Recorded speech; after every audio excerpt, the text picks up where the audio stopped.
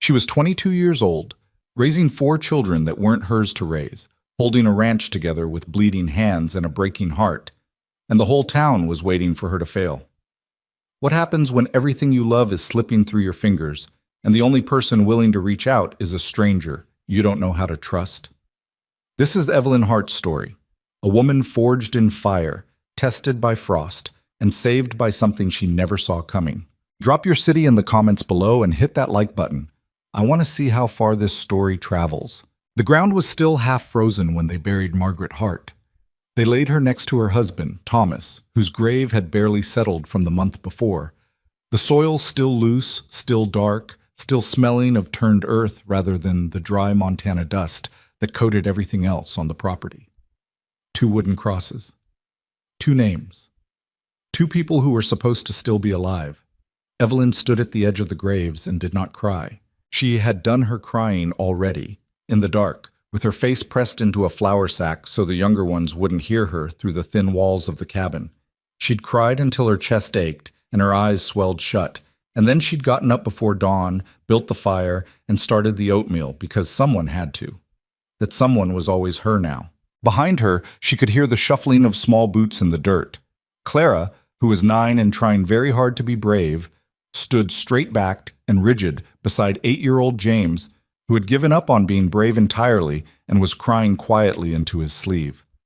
The twins, Nora and Samuel, both 6, didn't fully understand what a grave meant yet. They kept looking around at the open sky, at the hawks circling in the distance, at anything that wasn't the 2 crosses planted in the earth. Pastor Hicks from town had said a few words. Short ones. He had other calls to make.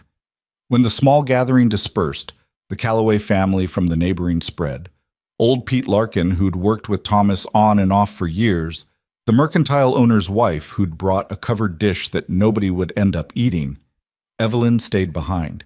She stood there with the wind pulling at her dark hair and her hands folded in front of her, looking at her mother's name scratched into pine, Margaret Ann Hart, beloved wife and mother, 1844 to 1882, 38 years old. That's all she'd gotten. Evelyn. Clara's voice was careful, like she was testing whether the ground would hold. We should go inside. Samuel's getting cold.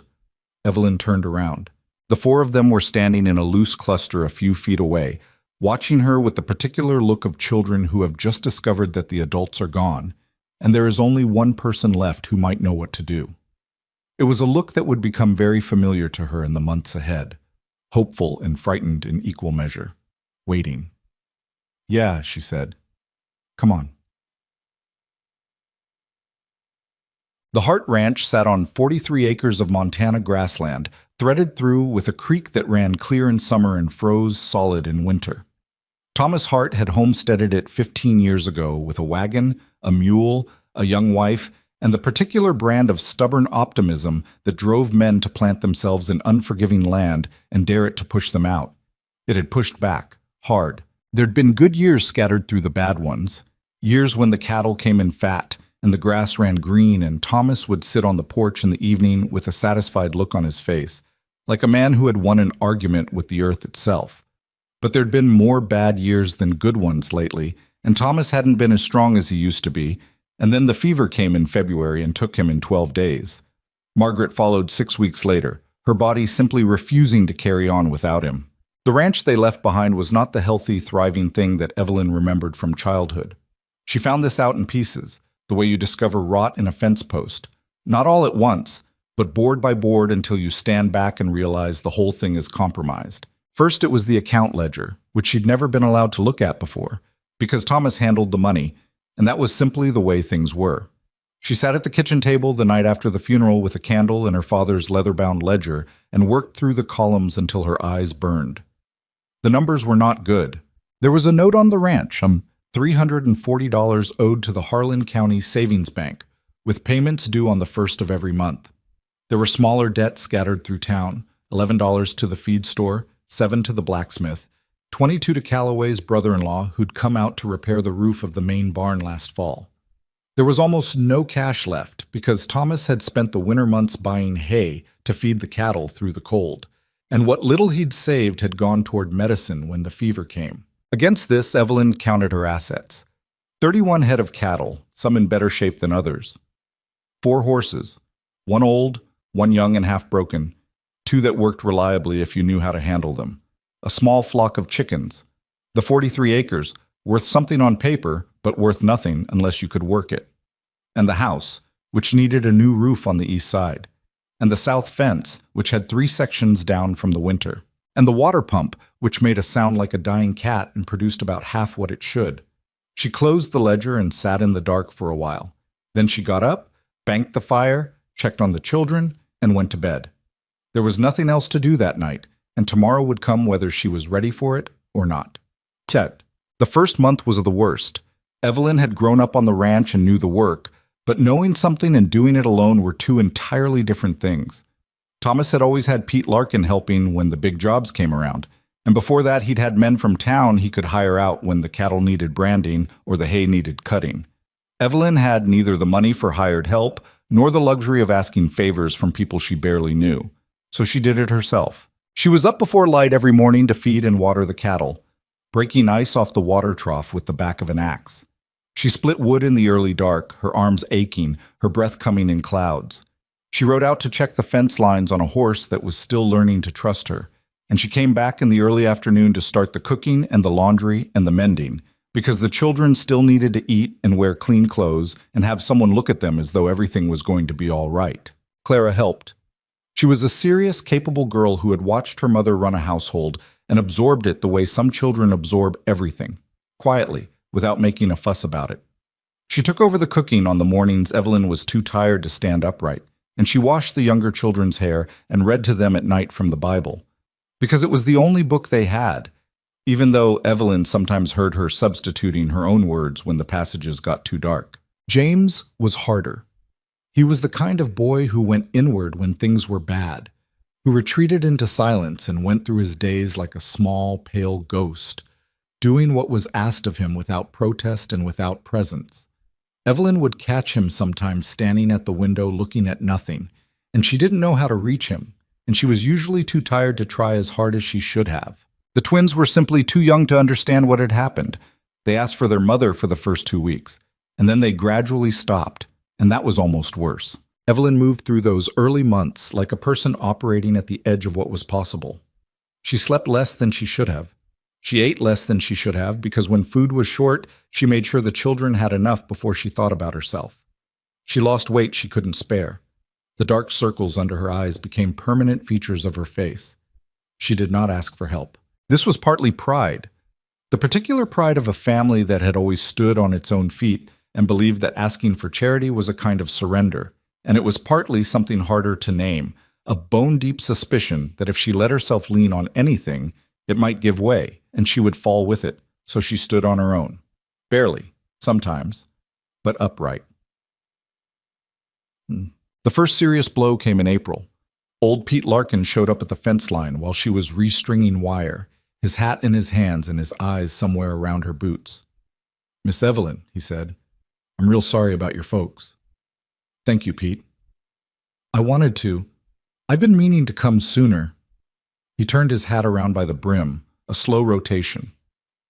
"The thing is, my sister over in Billings, she's taken sick, bad sick. I need to go look after her, and I don't know for how long." Evelyn looked at him. Pete was 63 years old and had been part of the fabric of the Hart Ranch for as long as she could remember. He'd taught her to ride. He'd fixed things when Thomas was too busy to fix them himself. He didn't work for wages anymore. He hadn't for years. But he showed up, and showing up counted for more than most people understood. "Of course," she said. "Go take care of your sister."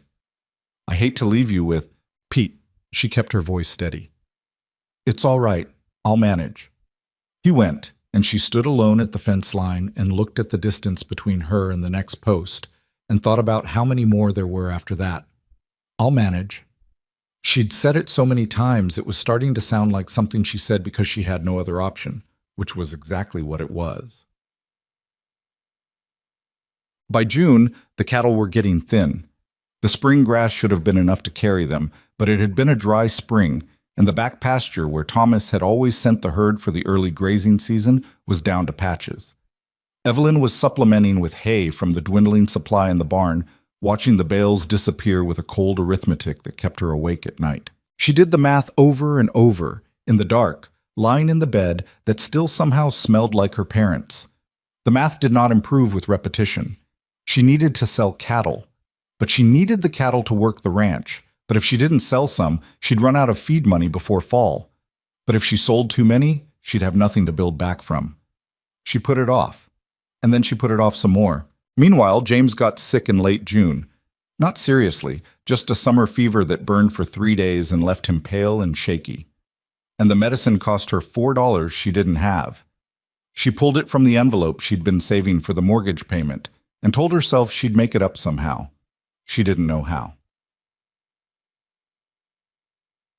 The town of Harlan was 8 miles east on a road that was fine in dry weather and treacherous in everything else. Evelyn went in once a month when she could, twice when she had to. She loaded the wagon with whatever she had to sell. Eggs, sometimes a dressed chicken, once a pair of her mother's good embroidered pillowcases that she held on to as long as she could before necessity won, and traded what she had for what she needed. She was not a woman who talked much in town. She answered questions directly and asked for things specifically, and did not linger over coffee and gossip the way other women did. People in Harlan knew her situation in the vague way that small towns knew things. The Hart girl lost both parents, raising those little ones, and they were not unkind about it. But they also kept a distance that she couldn't entirely blame them for, because her situation was serious enough to make people uncomfortable. Nobody wanted to look too long at someone who was failing. She was not failing. She told herself this regularly. But she was close enough to it that the difference was sometimes hard to articulate. The day she walked into Callaway's Mercantile and stood at the counter with her list in her hand and the wrong amount of money in her pocket was a Tuesday in the middle of July. And it was the kind of hot that made the air shimmer over the road and put everyone in a foul temper. She had $6.20. Her list totaled $8.55. She stood at the counter and looked at the numbers she'd written down beside each item: flour, salt, sugar, kerosene, a box of rifle cartridges for whatever game she could find, a piece of oilcloth she needed to patch the section of roof over the twins' bedroom before the rains came, and did the arithmetic for the 4th time, hoping it would change. It didn't. Miss Hart, Dan Calloway's voice was cautious. He'd known Evelyn since she was 12 years old, and he had the look of a man who knew bad news was coming and wanted to be somewhere else. "You all right?" "I'm short," she said. It cost her something to say it. Not everything, but something. "I can come back for the kerosene and the oilcloth when I have more." "Evelyn." He dropped the formal address he usually maintained. "Your family's been trading here a long time. I know that, but I'm not asking for credit. I'm not offering charity. I'm offering credit. There's a difference." She looked at him. "How much are you carrying already for the ranch?" A pause. $11. From when your daddy bought that last load of seed corn. She looked back at her list. "I'll take the oilcloth. Leave the kerosene." She could fix the roof. She couldn't do much without light. She was counting out coins on the counter, organizing them in careful rows, when she heard the door open behind her and felt the slight shift in air from the summer heat outside. She didn't look up. 3 pounds of coffee, if you've got it, and whatever passes for decent jerky in this part of the territory. A man's voice, unhurried, not from Harlan. She knew everyone in Harlan, and this wasn't any of them. "Just got a new shipment," Dan said, his voice brightening in the way it did with good-paying customers. "Where you coming from, friend?" "Brennan's the name, Colt Brennan. Just signed on with the Double H spread out east." Evelyn finished counting her coins and pushed them toward Dan. She picked up the oilcloth and the other items she'd set aside and started loading them into her canvas bag. She did not ask why a man from the Double H was buying his own supplies rather than drawing from the ranch's stock. She did not ask anything because it was not her business, and she was in a hurry to get back before the children needed her. She was halfway to the door when her head swam. It was not dramatic. It was not a faint or a stumble or anything that would make a story worth telling. It was just a sudden dizziness, the kind that comes from not eating enough that morning and standing in a hot room and the particular weight of a very hard few months. And she put her hand on the door frame and waited for it to pass. It didn't pass quite fast enough. "Ma'am?" She turned. The man who'd been talking to Dan Calloway was standing a few feet away, close enough to have reached her quickly if she'd actually gone down, and he was looking at her with an expression that was not pity and was not alarm. It was something quieter than both of those. He was tall, broad-shouldered, with the particular build that came from years of actual physical work, rather than the borrowed muscles of men who pretended at it. He had dark hair under a battered hat, and eyes that were some shade of brown she couldn't quite pin down in the dim light of the mercantile. He was probably a few years older than her, 25, maybe 26, and he had the weathered look of someone who had spent most of his life outside. "I'm fine," she said. "Sure." He didn't move. "But if you're not, there's a bench right over there." I said, "I'm fine." She straightened, adjusted the bag on her arm, and looked him directly in the face so he'd know she meant it. "Thank you for your concern." She walked out into the July heat. She made it to the wagon without any further difficulty, loaded her bag, and climbed up into the seat. Her hands on the reins were steady enough. She told herself she'd eat something when she got home. She did not look back at the mercantile. She ate a biscuit on the road, pulling it from the bag she'd packed that morning for exactly this kind of situation. She'd learned, after one bad week in May, that she could not afford to go to town and come back empty-stomached. It helped. The dizziness retreated to somewhere manageable, and by the time she turned the wagon down the lane toward the ranch, she felt like herself again. Whatever herself was these days. The children were in the yard when she arrived. Clara had them doing something organized, some project that involved sticks and string that Evelyn didn't have the energy to ask about. They looked up when she came in, and the twins ran over, and for a moment she let herself just sit in the wagon seat and look at them. 4 of them. Dark hair. All of them. Like their father's side of the family. Clara with her serious mouth. James, still too thin from the June illness, watching her from the shadow of the barn door. Nora, who had a smear of something that was probably mud across her cheek. Samuel, already pulling at the side of the wagon to see what she'd brought. "Did you get sugar?" Samuel asked. He was 6 and had the priorities of a 6-year-old. "Some," she said. "Can we have biscuits with sugar tonight?" asked Clara. She climbed down from the wagon and started unloading, and the particular rhythm of the afternoon took her in. Unpack, put away, start supper, check on the cattle, come back, supervise washing, put the little ones to bed. It was only later, when the house was quiet and the candle was burning low, that she let herself think about the numbers again. The mortgage payment was due in 2 weeks.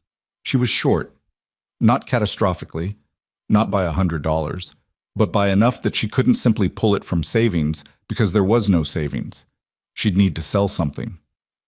She looked around the room, her mother's good tablecloth embroidered with blue flowers, the second best set of china, the silver candlesticks that had come over from the family back east. She made a list. She put numbers next to the items.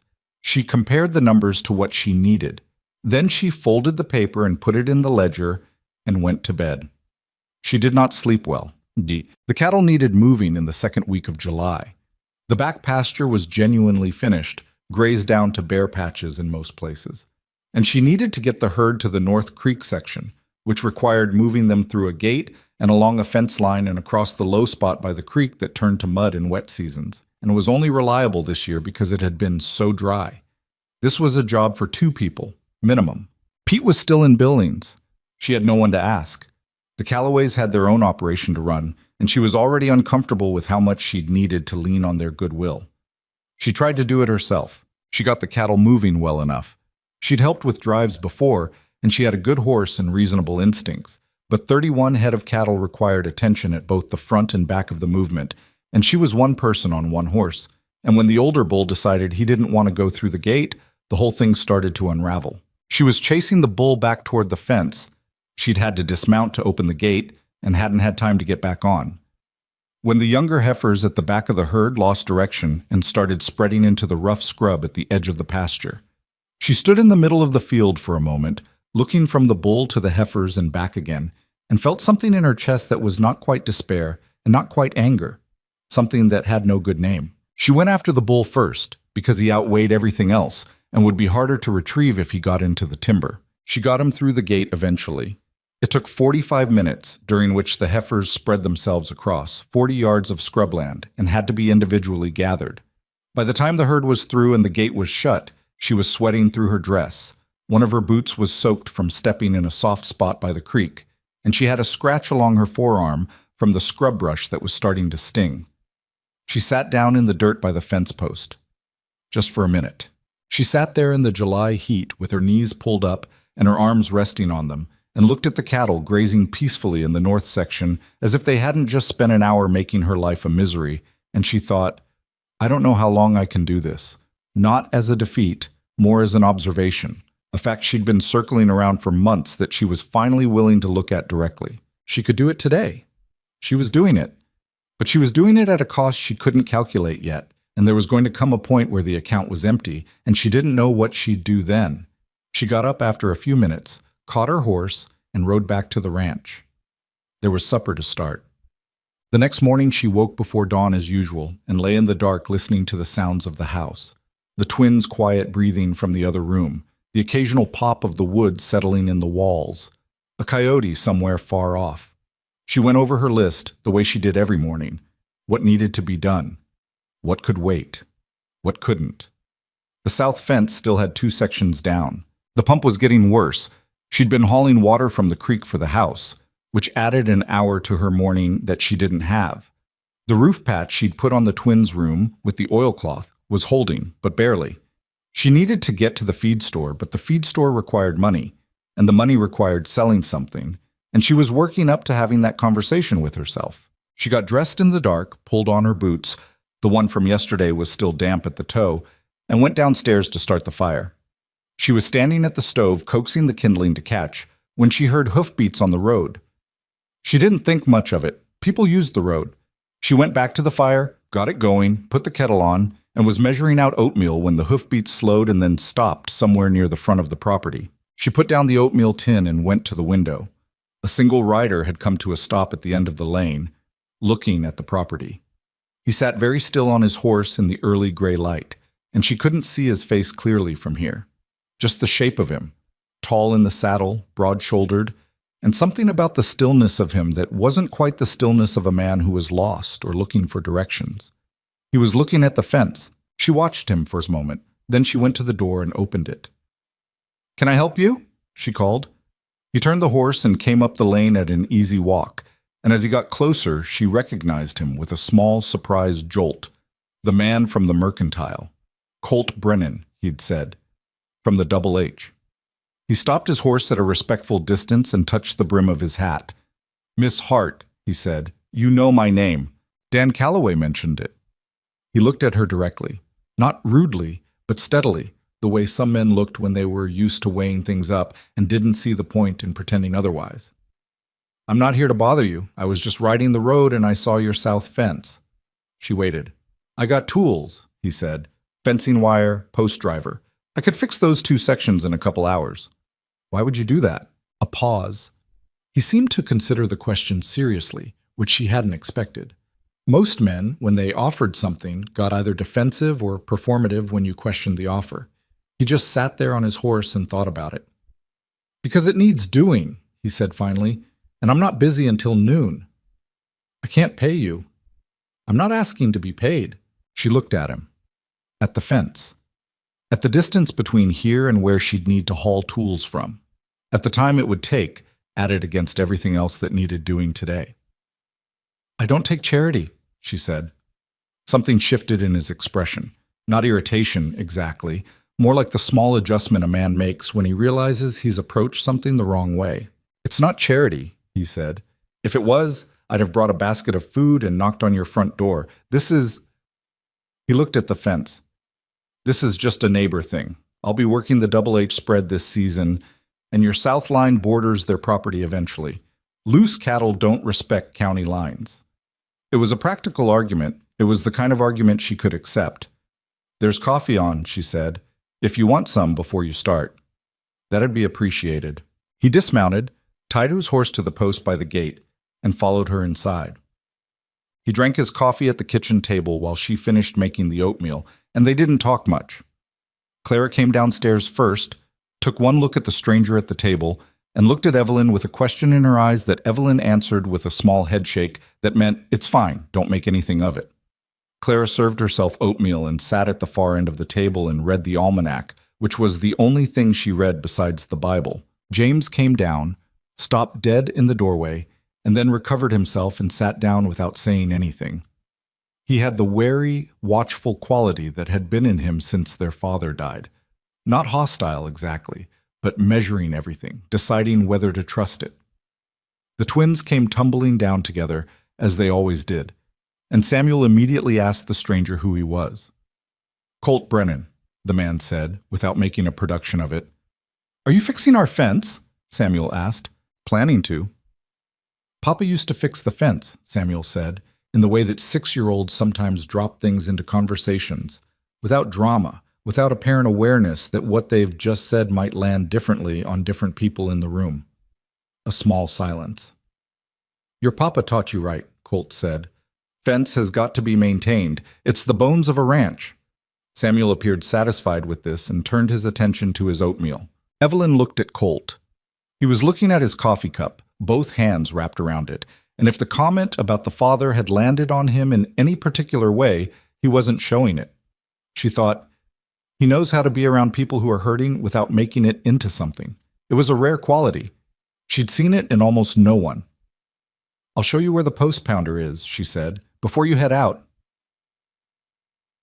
He worked for 3 hours on the south fence while she did the morning's chores. She could see him from the north pasture when she rode out to check on the cattle, just the distant shape of him, working steadily, no wasted motion. He'd brought his own wire, she saw, coiled on the back of his saddle. She hadn't asked where it came from. She'd decided, somewhere between the kitchen and the pasture gate, that she could accept a man fixing a fence without knowing every particular of why. The twins found him around mid-morning, which was inevitable. They had no sense of strangers and thought everyone who appeared on the property was there for their personal entertainment.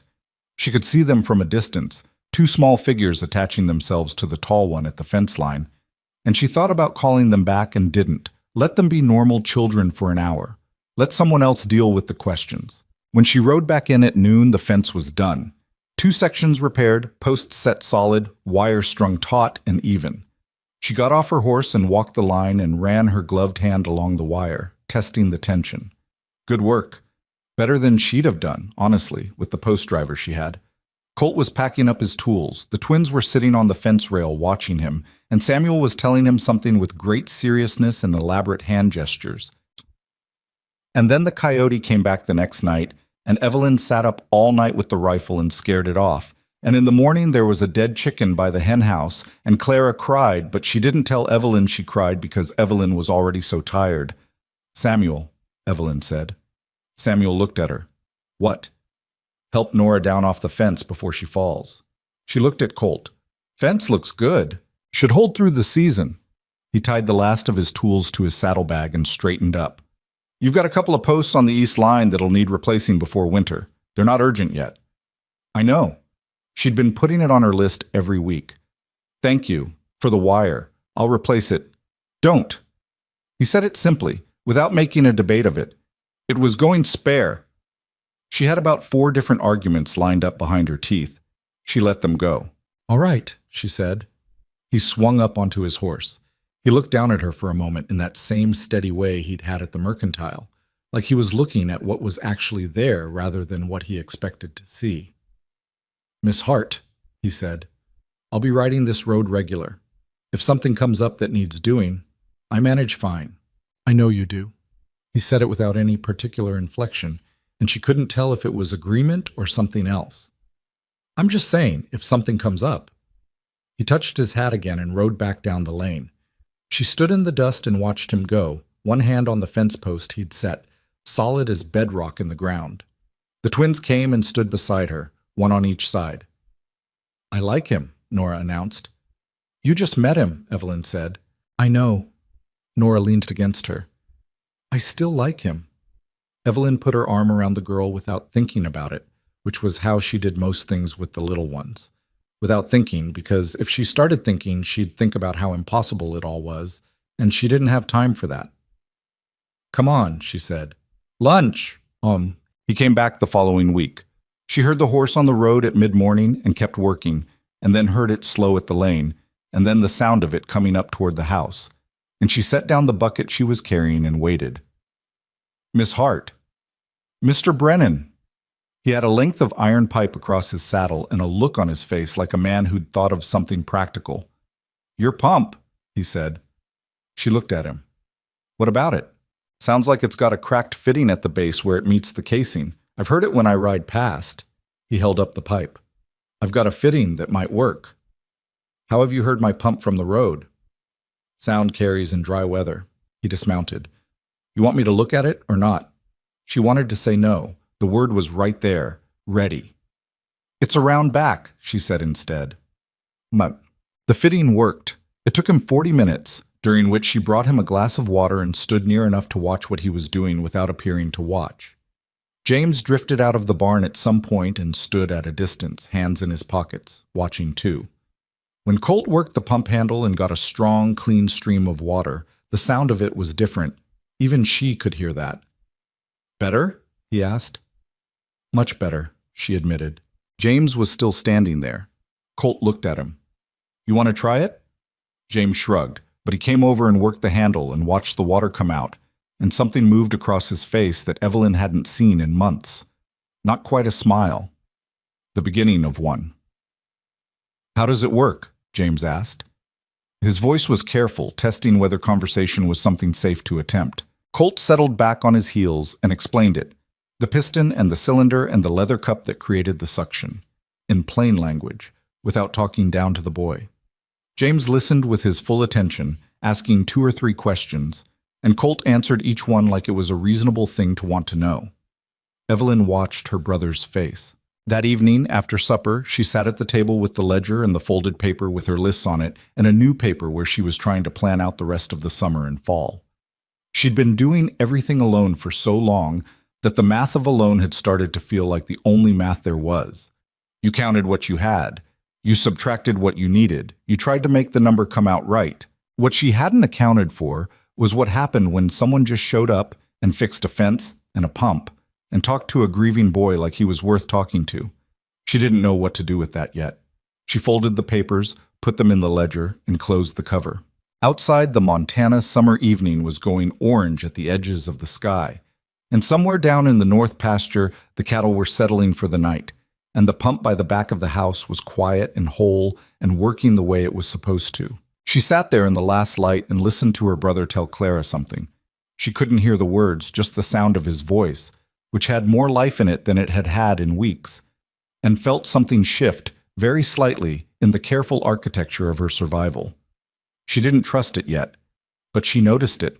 He came back a third time on a Thursday, and she stopped pretending to be surprised. She was in the middle of churning butter when she heard the horse, and she kept churning, because the butter didn't care who was riding up the lane, and neither did the morning schedule. By the time Colt Brennan had tied his horse at the post and walked around to the side of the house where she was working, she had a full pound of butter nearly done, and her arms were aching from the handle. "Morning," he said. "Morning." She didn't look up from the churn. "If you've come to fix something else, I'd like to know about it ahead of time." A pause. "The hinge on your barn door, left side. It's going to pull out of the frame before the month's out." She had noticed the hinge. She'd been noticing it for 2 weeks, moving it down the list every time something more urgent pushed past it. "I'll get to it," she said. "I've got 30 minutes. She looked up then. He was standing a few feet away with his hat in his hands, and there was something in his expression that was different from the first 2 times. Less certain, maybe. Like a man who'd been doing a thing and had only just now started to wonder if he ought to be. "Why do you keep coming here?" she asked. It wasn't an unfriendly question. It was the question she'd been carrying around for a week, and she was tired of carrying it. He turned his hat once around by the brim, that same unconscious habit she'd noticed in Dan Calloway, and in her father once, the thing men did when they were working up to something honest. "I don't have a good answer that doesn't sound like something," he said. "Then give me the bad one." He looked at her. "I ride past every day on the way to the Double H. And every day there's something that needs doing that I can see from the road. And I know you're in there doing 10 things at once with 4 kids to look after, and—" He stopped, started again. "I'm not trying to make you feel like you owe me anything. I can't ride past and not stop. She went back to the churn. 3 more pulls, and the butter broke the way it was supposed to. The hinge is on the left side, she said. There's a toolbox inside the barn door. Second shelf. He fixed the hinge in 20 minutes. She brought him a second cup of coffee when he was done, and they stood in the yard while he drank it, and she asked him how he'd ended up at the Double H. Came up from Wyoming, he said. Worked a spread down there for 4 years, but the owner sold out last fall, and the new owners brought their own men. Heard the Double H was hiring, so here I am. You got family in Wyoming? No. He said it simply, without closing a door on it the way some men did, like family was a wound they didn't want touched. It was more like a fact. You? My parents' people are all back east, Massachusetts, mostly. We haven't been in touch much. She looked at the barn. My mother used to write to her sister. I don't know if her sister knows yet. You could write to her. I've been meaning to. She hadn't.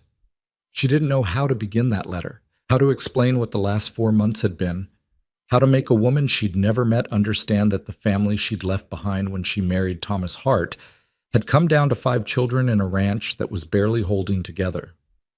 Colt didn't push it. He finished his coffee and handed back the cup. I'll be back Saturday, he said. If that's all right. She looked at him for a moment. You're not working Saturday? Half day. I'm off by noon. She thought about saying no. She thought about the particular pride she'd been carrying since February, the way it had kept her upright when everything else wanted to knock her down, and how it had also made her refuse help that she needed and push away people who meant well until she'd ended up so alone that the loneliness had become its own kind of weight. If you come Saturday, she said, you're eating lunch here. Something moved in his face. Not quite a smile, just a slight softening around the eyes that she was beginning to recognize as the version of a smile he actually used. All right, he said. Saturday became a pattern the way patterns form in dry places, quietly, without announcement, until you look down one day and see the groove worn into the earth and realize how many times you must have walked that same path. He came on Saturdays and sometimes on Thursday mornings when his work at the Double H allowed. He fixed things. He stayed for meals when she offered, and she offered more consistently as the weeks went on, because she'd noticed that the children ate better when there was someone else at the table, that the presence of a calm, ordinary adult seemed to loosen something in them, let them be children rather than small people braced for the next disaster. Clara warmed to him slowly, which was her way with everything. She watched him the first 3 Saturdays from a careful distance, and then on the 4th one she appeared at his elbow while he was working on the water trough and asked him a question about wood joinery that he probably hadn't expected, and he answered it, and they had a 20-minute conversation that Evelyn watched from the kitchen window with her hand still in the biscuit dough and a feeling in her chest that was too complicated to look at directly. James was the one she'd been most worried about. He was 10 years old and the only boy, and he'd been carrying the weight of that in a way she hadn't known how to address. The way he'd taken on a kind of grim seriousness, like he'd decided that someone had to be the man of the family, and it was going to be him even if it killed him. Which it would, eventually, the way that kind of premature weight always did. Colt didn't treat James like a substitute adult. He didn't tell him he was the man of the family or that he needed to be strong. He just talked to him like a boy who happened to be interested in how things worked, which James was, desperately, and which no one had had much time to address. He started teaching James how to rope, not in any formal way. He just showed up one Saturday with a spare lasso and spent an hour in the yard demonstrating the basic throw, and James took to it the way some kids took to certain things, with immediate total absorption.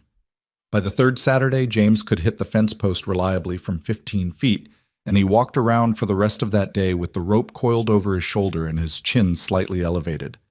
Evelyn saw it and felt something loosen in her chest. She didn't say thank you to Colt directly. She didn't know how to do it without it becoming too much, without the gratitude tipping over into something that scared her. Instead, she made sure his coffee was hot when he arrived, and she put the extra piece of pie in front of him at supper, and when he fixed something she'd been worrying about, she said that's good work rather than I could have managed the way she'd said in the early weeks. It was a small shift, but it was real. The problem was the town. Harlan was not a large place. It had 1 main street, 2 saloons, a church, a school that ran through April and stopped in summer when the children were needed for farm work, and the particular social ecosystem of small frontier communities where everyone's business was everyone else's business and was managed accordingly. Evelyn had always existed on the edge of this ecosystem. She was not unfriendly, but she was not a woman who sought company, and the ranch being 8 miles out had always given her a natural excuse for limited involvement in town affairs. People knew her. They were generally decent to her. But people talked. She heard about it first from Clara, who'd been in town with her for a supply run in early August and had caught fragments of a conversation between two women outside the dry goods store that she wasn't supposed to hear. Clara reported it in her matter-of-fact way, sitting across the kitchen table from Evelyn that evening, with her hands folded and her expression neutral. Mrs. Alderman was talking to Mrs. Fletcher, she said. They said there was a man coming to the ranch regular, and Mrs. Alderman said it wasn't proper for a single woman in your position to be— She paused, selecting her words. To be encouraging a strange man on the property. Evelyn looked at her. What did you do? I kept walking.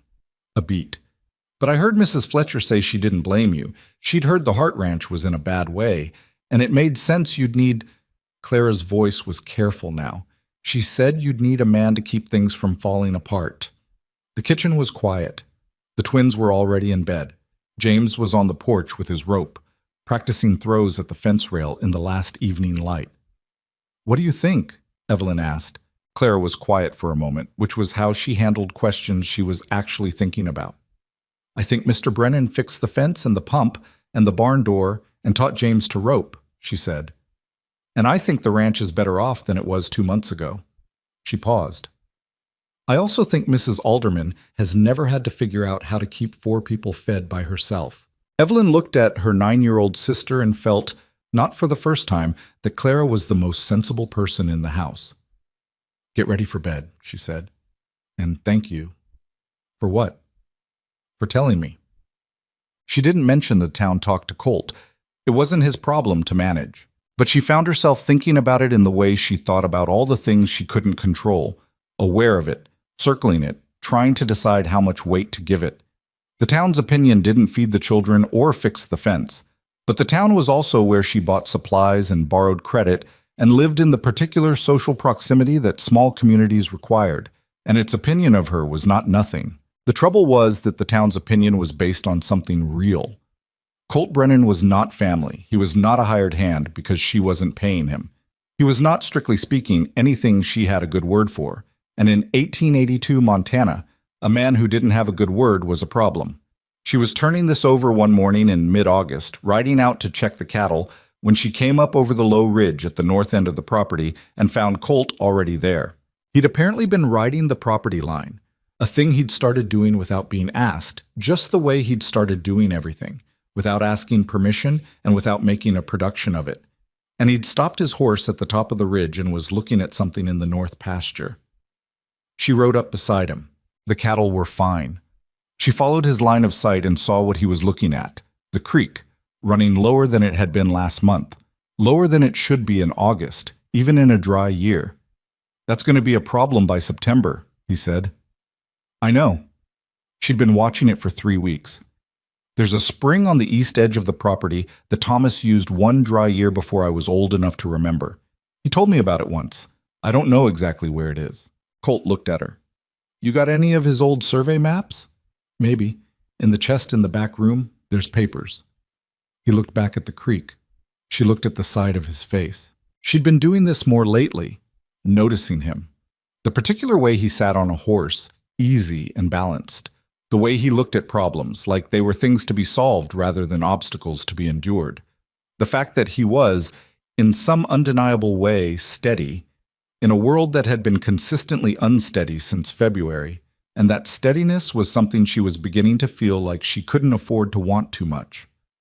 I'll look for the maps tonight, she said. I'm off tomorrow afternoon. I could ride the east edge with you, see if we can find the spring. All right. She turned her horse back toward the house. He rode alongside her for a while without saying anything, which was one of the things she'd stopped finding strange. Most men she knew couldn't tolerate silence. They filled it up with words that didn't mean anything, and then more words, until silence became impossible. Colt seemed to understand that silence was sometimes the appropriate response to the landscape, to the work, to the particular quality of a morning that didn't require commentary. After a while, she said, "People in town are talking." "About what?" "About you being here." He was quiet for a moment. "What are they saying?" "That it's not proper, that I'm—" She felt the familiar tightening in her chest that came with caring what people thought of her, which she resented herself for. "That I'm in a bad position, and I'm doing what I have to do." The last part wasn't quite what Mrs. Fletcher had said, but it was what she'd heard in it. Colt pulled his horse up slightly so they were walking side by side, and she couldn't see his face from where she was. "Does it bother you?" he asked. "Some." She kept her eyes on the trail ahead. "I don't like being talked about." "No. But I also—" She stopped, started again. "I know what I'm doing and what I'm not doing, and that matters more to me than what Mabel Alderman thinks." She heard a quiet sound from him that might have been agreement or might have been something else. "For what it's worth," he said, "I'm not here to cause you problems. I know that. And if people are going to talk, they're going to talk. Doesn't much change what needs to be done." She looked at him then. "No," she said, "it doesn't." They rode the rest of the way in silence, and she was glad of it. They found the spring the next afternoon. It was farther east than she'd expected, tucked into a fold of ground that you wouldn't notice unless you were looking, where a stand of cottonwoods had grown up around it and marked it with their unusual green against the dry summer hills. The ground around it was soft, which was how they finally located it. Colt's horse stepped into the soft ground and shied sideways, and they both looked down and then at the cottonwoods, and then at each other. "There it is," he said. They dismounted and crouched at the edge of the spring, and the water was clear and cold and coming up reliably from somewhere underground where the dry summer hadn't reached. Enough to supplement the creek. Enough to make the difference. James was with them.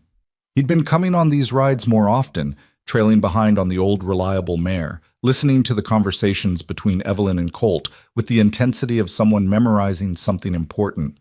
He crouched down beside the spring and put his hand in the water. "Cold," he said. "Groundwater usually is," Colt said. "It doesn't get the sun down there." "How far down do you think it is?" "Hard to say. 20 feet? Could be more." James pulled his hand out and looked at the wet on his fingers. "Papa never showed me this." There was a pause. The cottonwood leaves moved overhead with a dry, papery sound. "He told Evelyn about it," Colt said. "That's how we knew to look." James looked at his sister. She was looking at the spring, at the water coming up clear from the dark earth, and her expression was the one she wore when something surprised her, not with happiness or sadness, but with the specific surprise of a world that was more complicated than expected. "He told you things," James said to her. It wasn't a question, more like something he was working out. "Some things," she said. "Not everything. He thought there was more time." James was quiet. Then he picked up a small stone and tossed it into the water and watched the ripples spread. "I want to know things," he said, "about the ranch, how things work. So if—" He stopped. "So if what?" Evelyn asked. "So if something happens. To you." His voice was very careful. "I want to know how to do it." She looked at her brother. 10 years old, throwing rocks into a spring, trying to prepare himself for a world that had already shown him it could take everything without warning. "Yeah," she said. "We'll work on that." She looked at Colt. He was looking at James with an expression she'd learned to recognize over the past months. Not pity, and not the performative kindness of someone who wanted credit for being kind. It was the look of a man who saw something worth seeing. He met her eyes briefly and then looked back at the spring. "We should trace a line from here to the north pasture," he said.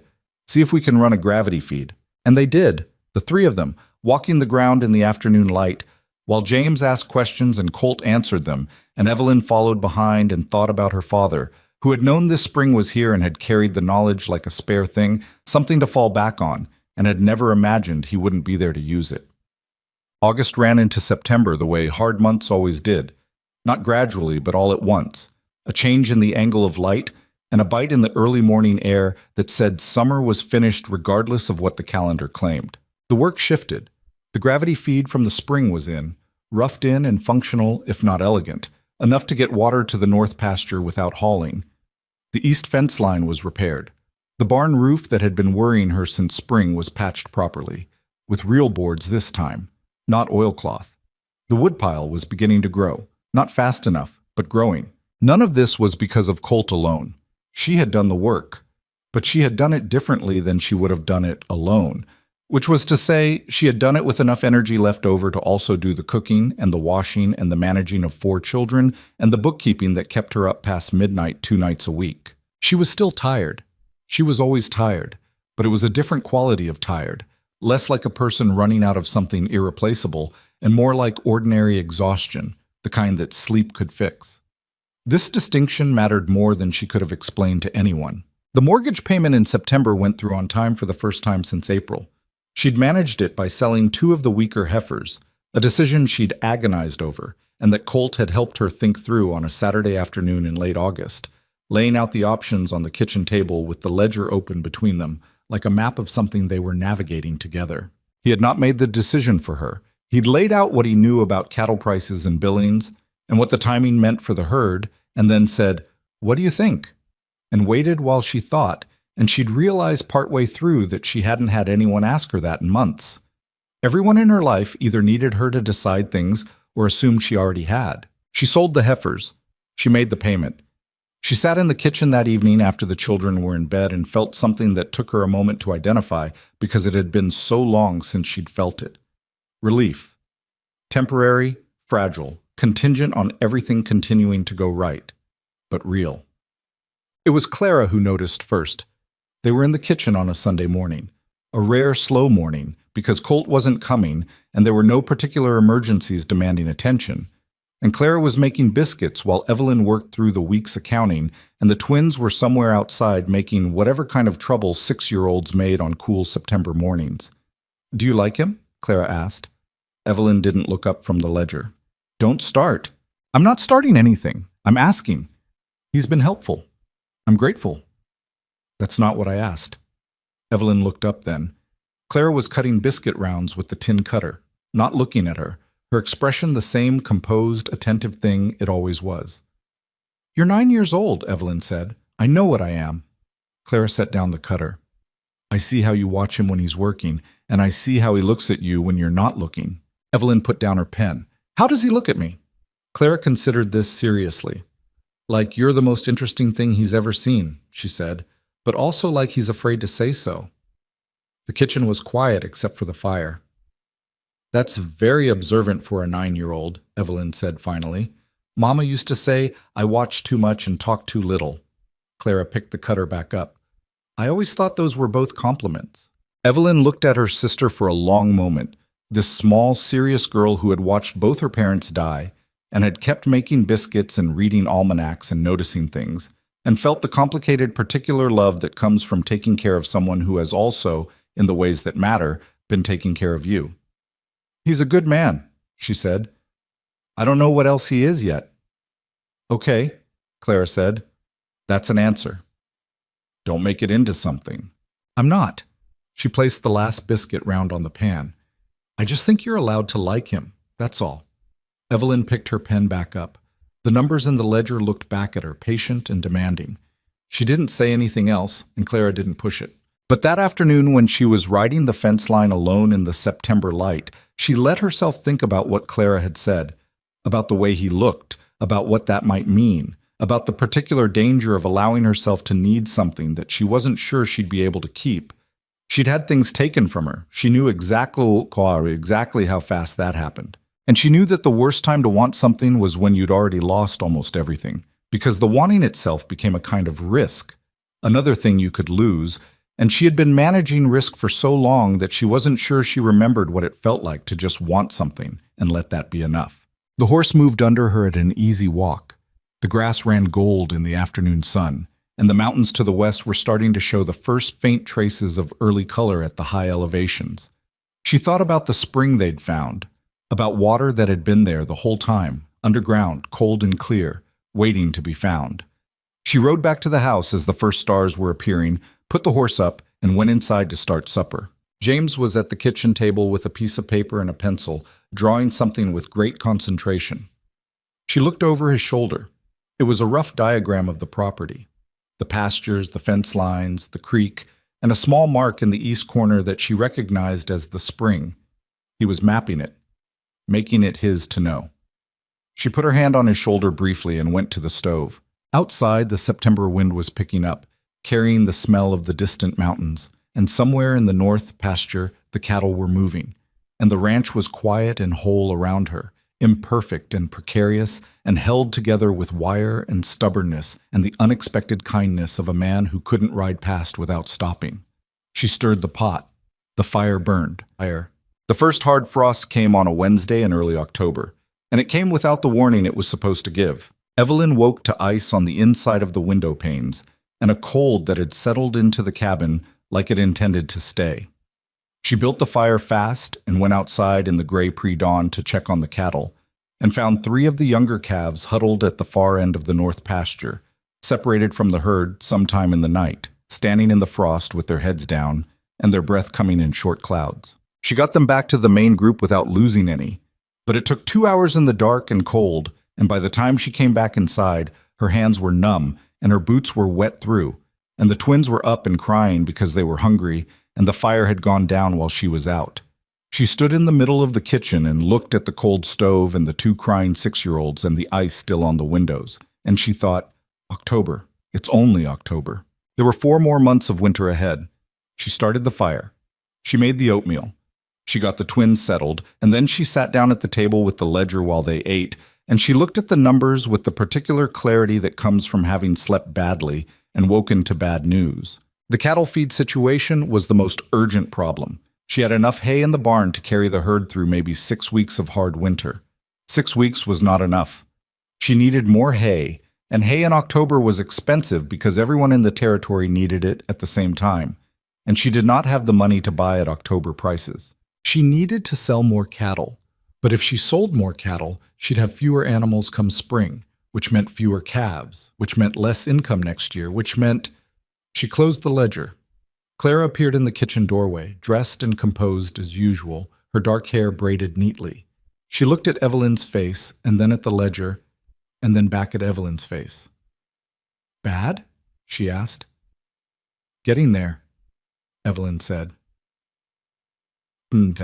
Colt showed up that Saturday, and she told him the situation without dressing it up.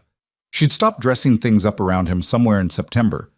Had noticed one afternoon that she was explaining the ranch's finances to him with the same directness she used in her own head, without the careful editing she applied when other people asked, and had decided that this was either trust or exhaustion, and she didn't have the energy to figure out which. He listened without interrupting. They were standing at the barn door, both of them looking out at the north pasture where the frost-killed grass lay flat and brown, and he had his arms crossed and his hat pushed back slightly in the way he did when he was thinking hard about something. How many head can you afford to carry through winter? He asked. Realistically? 20, maybe 22. I've got 31. So you need to move 9, 10 animals before prices drop any further, which they will, because every other rancher in the county is doing the same math I'm doing right now. He was quiet for a moment. I know a buyer in Billings, not the stockyards, a private buyer, runs a feedlot operation. He pays better than market price because he doesn't have to deal with the auction fees. I could send a wire. She looked at him. How do you know a private buyer in Billings? Worked with him in Wyoming. He's square. She turned it over. Private buyers were either good or they were trouble, and the difference was entirely in whether you had someone who could vouch for them. Send the wire, she said. He sent it Monday. The reply came back Thursday, and Dan Calloway held it for her at the Mercantile because she didn't have a telegraph office on the property. The buyer was offering $14 a head for 8 to 12 animals delivered to the Harlan Rail Depot by the end of the month. It was $2 above the current auction price. It would cover the hay she needed and leave enough to make November's mortgage payment and have a thin margin besides. She sent back a reply through Dan Calloway. 10 head, end of month. Done. Dan Calloway charged her 15 cents for the use of his telegraph connection and looked at her with something that was almost respect. You're managing better than folks expected, he said. She picked up her change from the counter. I don't know what folks expected. Well, he stacked the coins neatly out of habit. Some figured the ranch would be sold off by August. She looked at him. "Did you figure that?" A pause. "I thought it was possible," he said, which was honest, and she couldn't hold honesty against a person. "It's not going to be sold," she said. "Not while I'm standing on it."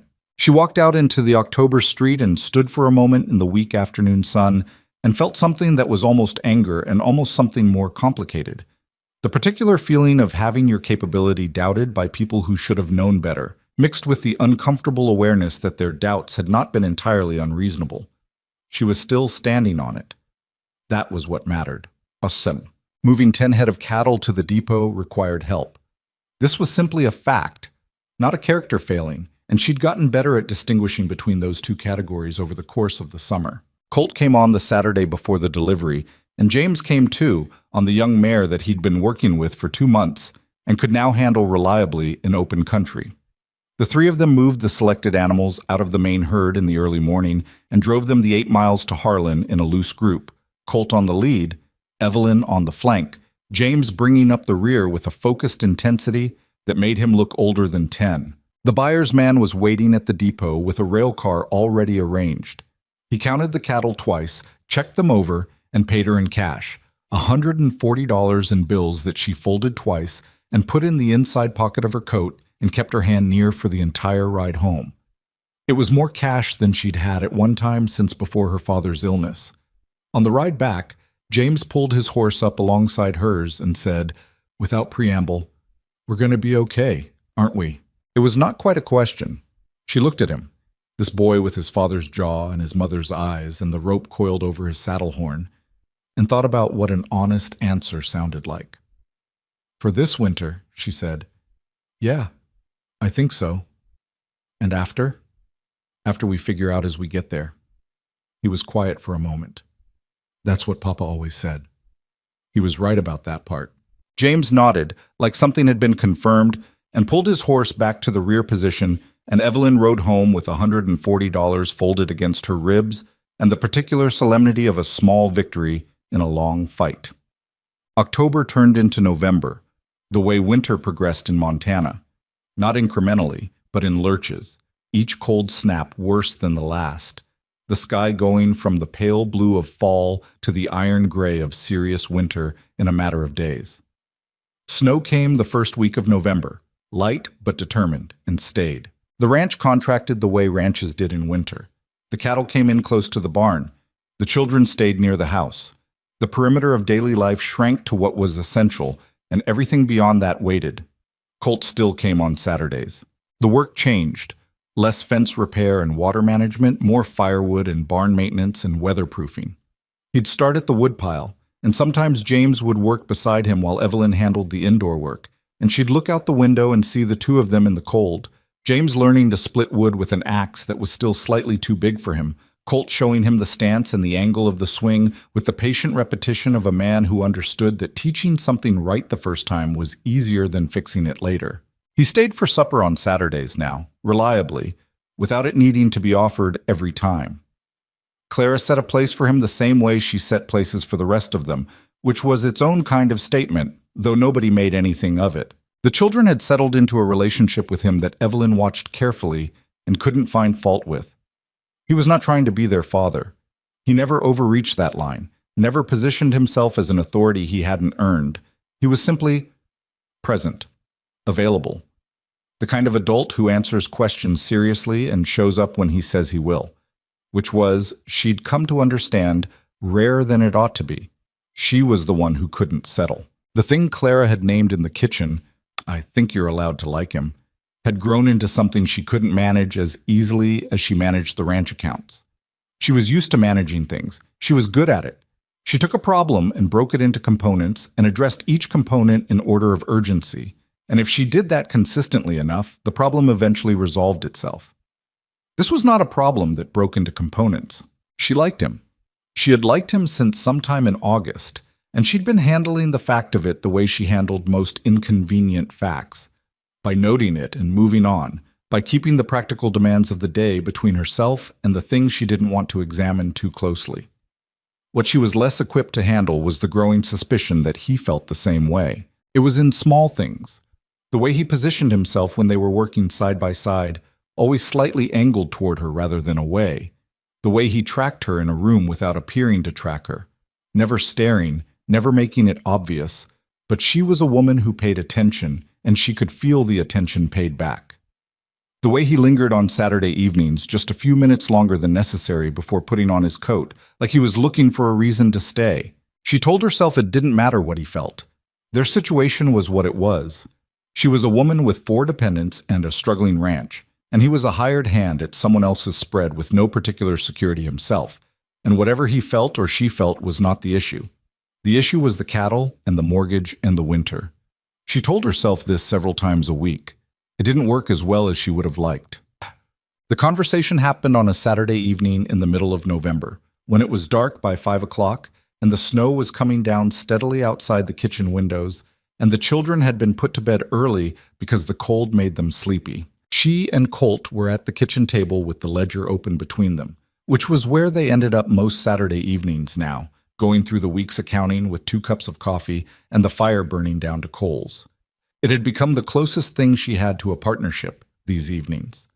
The 2 of them with their heads bent over the numbers, her explaining what she'd done and why, him asking questions that were almost always exactly the right questions. The numbers that night were not good.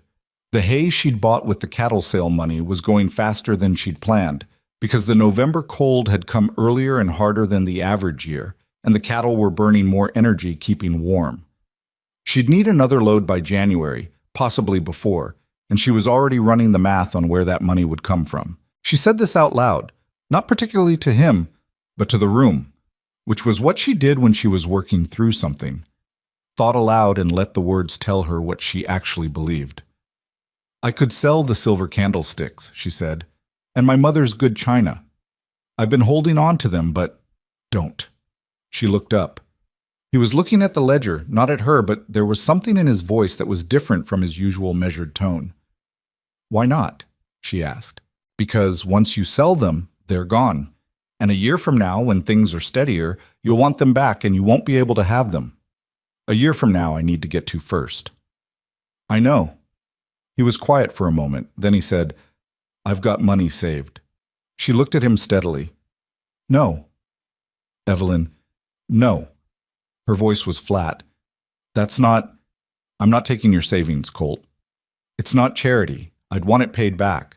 It doesn't matter what you'd want. I'm not doing it. She looked back at the ledger. I'll sell the china. It's just china. The silence that followed was different from their usual silence, heavier.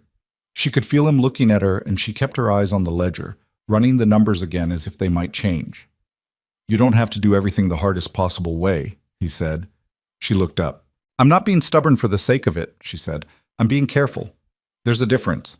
If I take your money, then I owe you. And if something goes wrong, I'm not going anywhere. You don't know that. I know it well enough.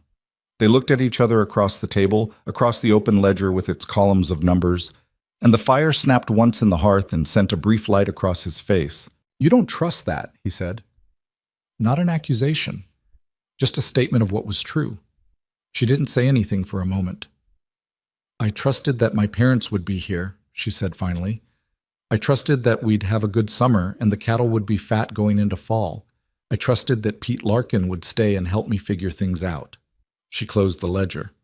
I've stopped putting a lot of weight on what I think I know. He was quiet, looking at her with that steady look that she'd come to know better than she'd intended. That's not trust, he said. That's just fear wearing trust's name. The words landed somewhere she didn't have a defense for. She felt them settle, and felt the small involuntary flinch that comes when something true touches something sore. Maybe, she said. Evelyn. She looked at him, and whatever he'd been holding back for the past 4 months, whatever he'd been managing and measuring and keeping on the correct side of the line, she could see it crossing his face now, could see the decision being made in real time, the moment a careful man decides to stop being careful.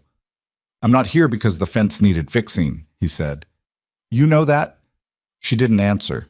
I've been trying not to say anything, because you've got enough weight on you without me adding to it, and I know the timing is... He stopped, tried again. I know this isn't the time. I know that, but I'm also not going to sit here and pretend I don't. He exhaled slowly. I I don't know what you want from me. I don't know if you want anything from me at all, but I needed you to know it's not just the fence." The kitchen was very quiet. She looked at the closed ledger, at the fire, at her hands on the table. "It's not just the fence for me either," she said. The words came out quieter than she'd intended, almost too quiet, but the kitchen was small and he heard them. He didn't move, didn't say anything immediately, and she was glad of that. Glad that he had the sense to let a thing that had just been said exist in the air for a moment before rushing to do something with it. "Okay," he said finally. "Okay," she said. He stopped. Something moved through his expression that was not quite the beginning of a smile and was not quite relief, but was somewhere in the territory between them. "I don't know what comes next. Neither do I." She looked at him. "I can't promise you anything right now. I can't. There are 4 people in this house who depend on me, and the ranch is barely making it through winter, and I don't have any room for—" She stopped, reorganized. "I don't know how to do this and do everything else at the same time. I'm not asking you to figure it all out tonight. I know. I'm just saying I'd like the chance to be—" He seemed to be choosing the word with care. "More than just the man who fixed your fence." She looked at him for a long moment. The fire was burning low, and the snow was still falling outside, and somewhere above them Clara was probably awake and listening, because Clara always knew when something was happening. "Come back next Saturday," she said. "I'll be here." "And the Saturday after?" "Yes." She stood up and took his coffee cup and hers to the dry sink, and she heard him push his chair back and reach for his coat, and she didn't turn around while he put it on, because she needed a moment that wasn't under anyone's eyes, even his. "Evelyn." She turned. He was at the door, coat on, hat in hand. He was looking at her with that expression she'd seen Clara try to name, like the most interesting thing he'd ever seen, and this time she let herself look back at it directly instead of looking away. "I mean it," he said, "about not going anywhere." "I know you mean it," she said. "That's the part that scares me." He nodded like that made sense to him, which it probably did. Then he put his hat on and went out into the snow, and she stood in the kitchen and listened to his horse moving down the lane until the sound faded into the winter dark. She sat back down at the table. The ledger was still there. The numbers were still what they were. She opened it again. She had a ranch to keep alive, but she was aware, and in a way she hadn't allowed herself to be before, of the particular quality of a house when someone has just left it. The shape of the empty chair, the faint smell of wood smoke and cold air that came in when the door opened, the way the room had arranged itself differently while he was in it, and was only now rearranging back. She was aware of it, and she let herself be aware of it. That, for tonight, was enough. The snow kept falling through the night and into Sunday, and by morning it had buried the yard in 8 inches of new white, and the children woke to it with the particular joy that children reserved for weather that made the world unrecognizable. Even James, who'd been trying so hard to be serious and adult, stood at the kitchen door in his socks and looked out at the white world and said, "Can we go out?" in a voice that was entirely 10 years old, and Evelyn said yes before she'd even thought about it, because some mornings the firewood and the cattle and the ledger could wait 20 minutes. She watched them from the window, Clara standing at the edge of the porch with her arms crossed, refusing to get her boots wet, but smiling at the twins who were already face down in the snow laughing, James running at a full sprint and launching himself into the deepest drift against the fence, coming up snow-covered and grinning. She put her hand against the cold glass of the window. She thought about what Colt had said. That's not trust. That's just fear wearing trust's name. She'd been calling it caution. She'd been calling it responsibility and careful management and making sure she didn't risk more than she could afford to lose. All of those things were true, but they were also, under examination, just another way of saying she was afraid, and she had been afraid for so long and in so many directions that she'd stopped noticing she was doing it. She watched James climb out of the snowdrift and shake himself off like a dog, and run at another one, and she thought about the spring they'd found in the east pasture, cold and clear, and there the whole time, underground, waiting to be found. She thought about that for a while. Then she went and put on her boots and her coat and went outside because the cattle needed feeding regardless of how much snow had fallen, and the morning wasn't going to wait for her to finish thinking. She walked out into the white yard, and the cold hit her face, And Samuel saw her coming and ran at her full tilt, and she caught him with both arms, and they both nearly went down in the snow, and she heard herself laugh, a real laugh, not the tired functional version she'd been managing lately, but a laugh that came from somewhere genuine. She set him down. "Cold," she announced. "It's not cold," Samuel informed her with great authority. "It's wonderful." "Those aren't mutually exclusive," she said. He ran off, satisfied with whatever that exchange had been, and she stood in the snow-covered yard of her parents' ranch with the cold biting at her cheeks and the children's voices bright and carrying in the winter air, and she let herself feel for just a moment the small, stubborn warmth of something that had survived everything the year had thrown at it and was still, improbably, burning. It wasn't certainty. She didn't have certainty. She might not have it for years, and she'd stopped pretending that certainty was a thing the world owed her. But it was something. It was real. She went to feed the cattle. He came back the following Saturday, and the one after that, and the one after that. The winter settled in around the ranch like a long gray argument, and they worked through it the way people worked through things in that territory, one day at a time, without much drama, because drama was a luxury, and they didn't have room for it. The hay held. The cattle held.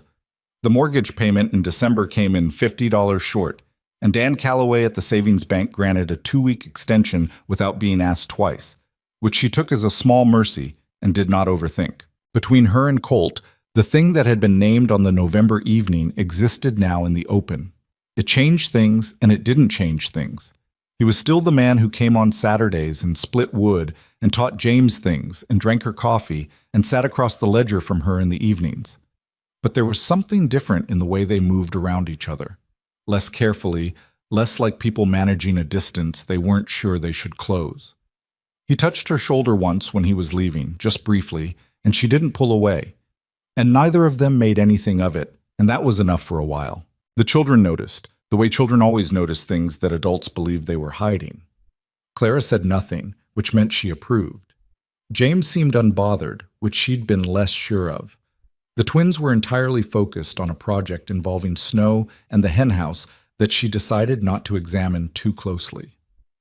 December ran deep and cold and relentless, and January came in worse, and that was when the real trouble started. The letter arrived on a Thursday in the second week of January, folded inside an envelope with the bank's name printed on it in businesslike black ink. Dan Calloway handed it to her across the mercantile counter with a careful expression, and she knew before she opened it that it wasn't good news, because good news didn't come in envelopes from banks.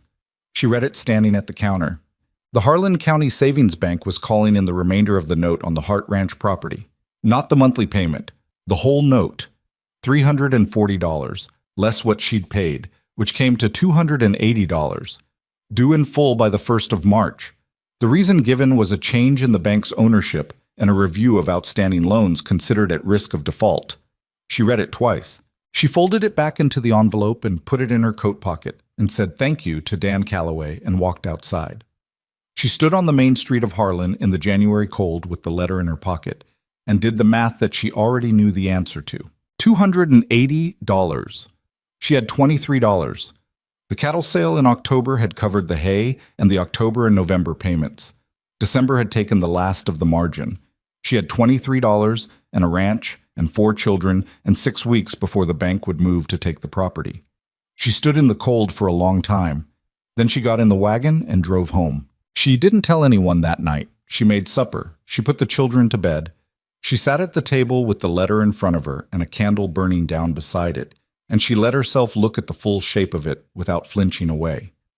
That was one thing she'd learned in the past year, that looking at a bad thing directly was better than looking around it, because what you imagined in the corners was always worse than what was actually there.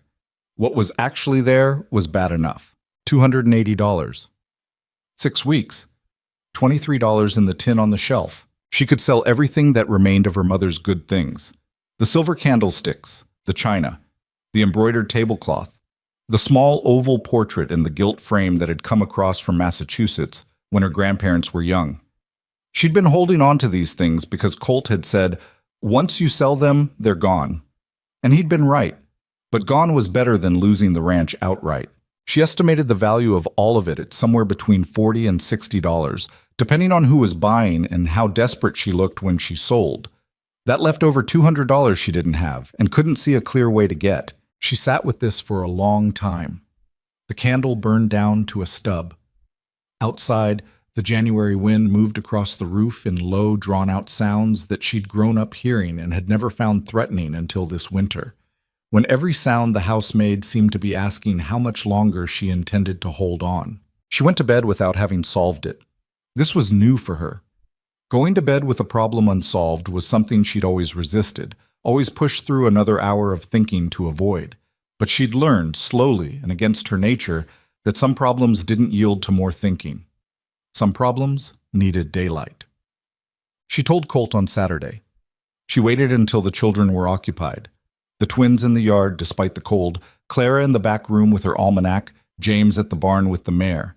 And then she put the letter on the table in front of him and waited while he read it. He read it once. Then he turned it over as if there might be something useful on the back, which there wasn't.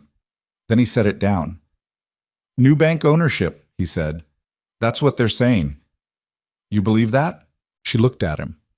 "What do you mean?" "I mean, there are men in this territory who buy up paper on struggling properties and call the notes in when the weather gets hard, because they know people can't pay and they want the land." He was looking at the letter, not at her. "You know who bought the bank?" She hadn't thought to ask. "No." "Might be worth knowing." She filed that away. "It doesn't change the number." "No," he said. "It doesn't." He was quiet for a moment, his hands flat on the table on either side of the letter, looking at it like a man taking stock of a situation before he committed to a direction. She knew that look. She'd come to know most of his looks. "I've got $212 saved," he said. She started to speak. "Let me finish," he said, and something in his voice stopped her, not sharply, but firmly, the way he handled things that needed to be handled without room for argument. "I've been saving since Wyoming. I've got no debts and no dependents and nowhere I need to spend it. It's sitting in a bank in Billings doing nothing." "Colt, $212 and your 23 gets you to 235. You're still 45 short, but that's a different problem than 280. $45 we can find." She looked at him. "That's everything you have." "I know what it is. If something happens, if the ranch fails anyway, if the bank doesn't accept partial, then we figure that out when it happens." "We." She noticed the word. She thought he noticed that she noticed it, because something shifted slightly in his expression. "I can't take your savings," she said. "It's not about pride this time. It's about, if I take everything you have and this doesn't work, I've taken everything you have. And if you lose the ranch because you wouldn't let me help you, what have I got?" He was looking at her steadily. "Evelyn, what am I going to do with $200 in a Billings bank account? Buy a horse I don't need?" She looked at the letter. She looked at the number. "It would be a loan," she said. "Written down. With interest." "Fine, write it down." "I mean it. This is business." "Write it down," he said again, and the slight emphasis on the second word told her he was willing to let her call it whatever she needed to call it. She got up and found paper and a pen, and she wrote it down. The amount, the date, the terms, 4% interest, repayment to begin when the ranch returned to solvency. She slid it across the table, and he read it and signed his name at the bottom, and then she signed hers. She looked at the paper, at his signature next to hers. "Thank you," she said. He folded his copy and put it in his breast pocket. "Don't thank me yet. We're still $45 short. I'll sell the candlesticks." "How much will you get?" 20, maybe 25. That's still 20 short." "I know." She picked up the letter and folded it. "I'll talk to Calloway at the feed store. I've been buying from him since I was a girl, and Thomas before me. He owes us credit." "And if he won't extend it?" She looked out the window at the January yard, at the twins making something complicated in the snow, at the barn where James was working with the mare, at the smoke coming from the chimney of the house her father had built and her mother had died in, and which was, for 6 more weeks, still hers. "Then I'll find another way," she said. "I always do." The feed store credit came through on Monday. Ed Briggs, who ran the feed store and had the blunt manner of a man who'd been cheated enough times that he'd stopped softening his rejections, looked at her across his counter for a long moment, and then said he'd carry $20 for 30 days, and if she didn't pay it, he'd add it to the Hart family account that had been running for 15 years and collect it with the rest. She walked out of the feed store with the credit arranged and added it in her head and came up with $255, which was still 25 short of what she needed. She stood on the street and did the inventory of what was left to sell. Her mother's portrait. She hadn't included it before because she'd been holding the line there, had been telling herself she would not sell the portrait, that the portrait was not negotiable. She looked at the number in her head and looked at the line she'd drawn and understood that the line was going to have to move. She went home and wrapped the portrait in a cloth and drove back to Harlan and sold it to the dry goods owner's wife, who had admired it once and paid $30 for it without haggling, and Evelyn drove home with $30 and no portrait and sat in the wagon outside the house for several minutes before she went in. It was a painting. It was not her mother. She knew this. It didn't make the space on the wall where it had hung look any better. She had $285, $5 more than she needed. She went to the Harlan County Savings Bank on Wednesday morning with the money in an envelope and her copy of the letter in her coat pocket, and she sat across from the new bank manager, a man named Aldous Cray, recently arrived from somewhere east, with a banker's suit and a banker's manner, and the practiced pleasantness of a man who is comfortable with other people's difficulty. She put the envelope on the desk. "Full payment of the outstanding note," she said, "plus the January installment." He looked at the envelope. He opened it, counted the bills carefully, and then counted them again, and wrote something in the ledger on his desk. "Miss Hart," he said, "this is, He paused, and she watched him recalibrate. "This is satisfactory? I'd like a receipt." "Of course." While he wrote the receipt, she looked at the office around her. New furniture, recently installed. The nameplate on the desk was too shiny, not worn enough to have been there long. She thought about what Colt had said. There are men who buy up paper on struggling properties. And she thought about the timing of this new ownership and the call letter arriving in January, in the hardest part of winter when ranchers had the least cash. She took her receipt and folded it and put it in her coat pocket next to the letter. "Mr. Cray," she said, "is there any reason to expect the terms of the remaining note to change?" He met her eyes. There was something in his that she couldn't quite read. A flatness, maybe, or the careful blankness of a man who was used to concealing his calculations. "The remaining note will be honored per its original terms," he said, "provided payments continue as scheduled." She stood up. "They will." She walked out of the bank into the January cold and stood on the street and breathed. The ranch was still hers, for now, provisionally, contingent on things continuing to go right in a world that had not, in her recent experience, been particularly interested in things going right, but hers today, which was the only day she was responsible for right now. She drove home faster than she should have on the icy road because she wanted to get back before the children wondered where she was. She told Colt that Saturday. He was at the woodpile when she came out to find him, splitting logs in the January cold with the particular economical rhythm that meant he'd been doing it long enough that it required no thought. He stopped when he saw her face. "It's done," she said, "paid in full." He set the axe down against the block.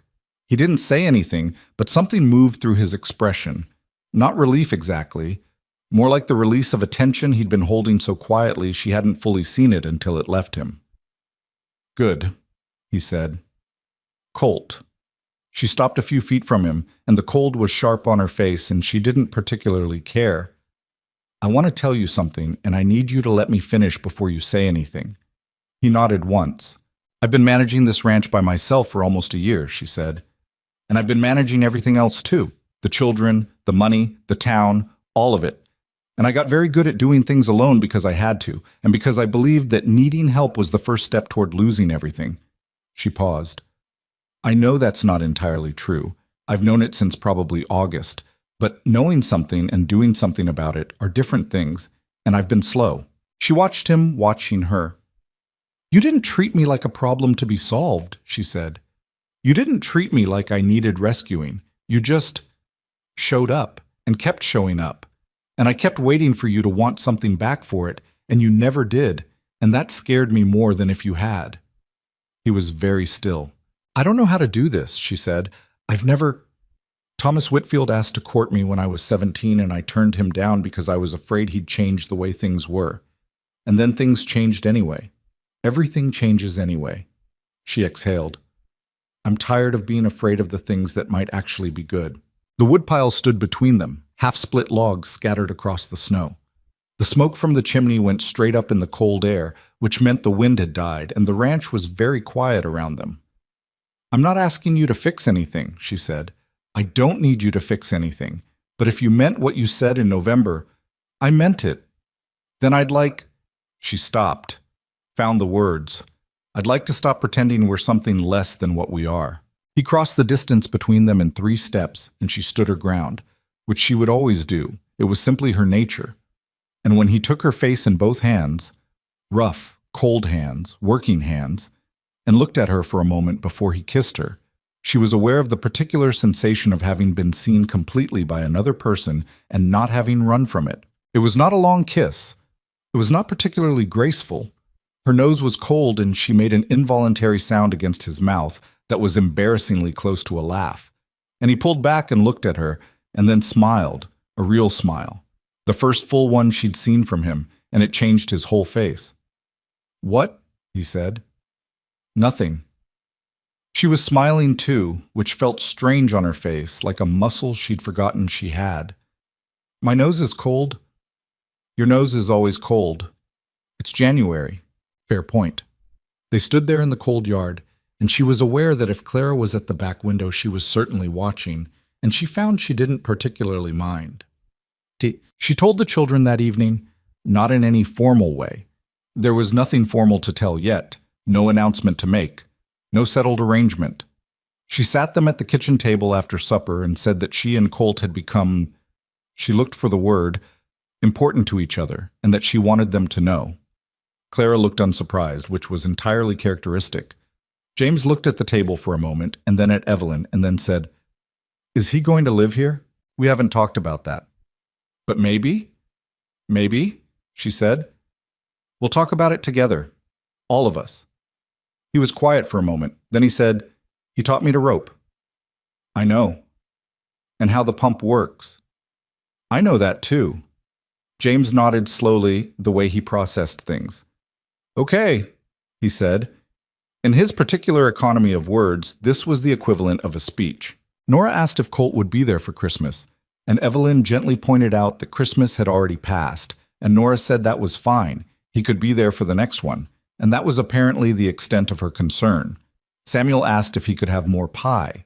She cut him more pie. That night, after the house was quiet, she sat at the table with the ledger one more time. The numbers had not magically improved. The ranch was still carrying debt, still dependent on the coming spring going well, still vulnerable to the dozen things that could go wrong in cattle country in any given year. But the mortgage note was paid. The cattle were alive. The hay was holding. The children were fed and sleeping, and as far as she could tell, all right in the complicated way that children were all right when they'd survived hard things. She closed the ledger. February came in with a cold that made January feel mild. The temperature dropped to the kind of numbers that made outdoor work dangerous if you weren't careful about it. And Evelyn was very careful because she couldn't afford to be otherwise. She organized the days around the cold, the necessary outdoor work done in the warmer middle hours, everything else managed inside. The fire kept burning day and night because the alternative was pipes freezing and cattle in distress and a set of problems she had no capacity to add. Colt came every Saturday and now sometimes on weekday evenings, riding the 8 miles from the Double H in the dark after his work was done and staying for supper and leaving before too late, which was all of them navigating the particular protocol of something that wasn't fully defined yet. She didn't mind the undefinedness. She'd spent a year operating in conditions that were undefined, and she'd learned that you could live in the space between what was and what was going to be if you had to. The children adapted to his increased presence with the practicality of children who'd had to adapt to many things and had developed a kind of institutional flexibility as a result. Even James, who she'd worried about most, seemed to have settled into a version of acceptance that was not forced and not performed.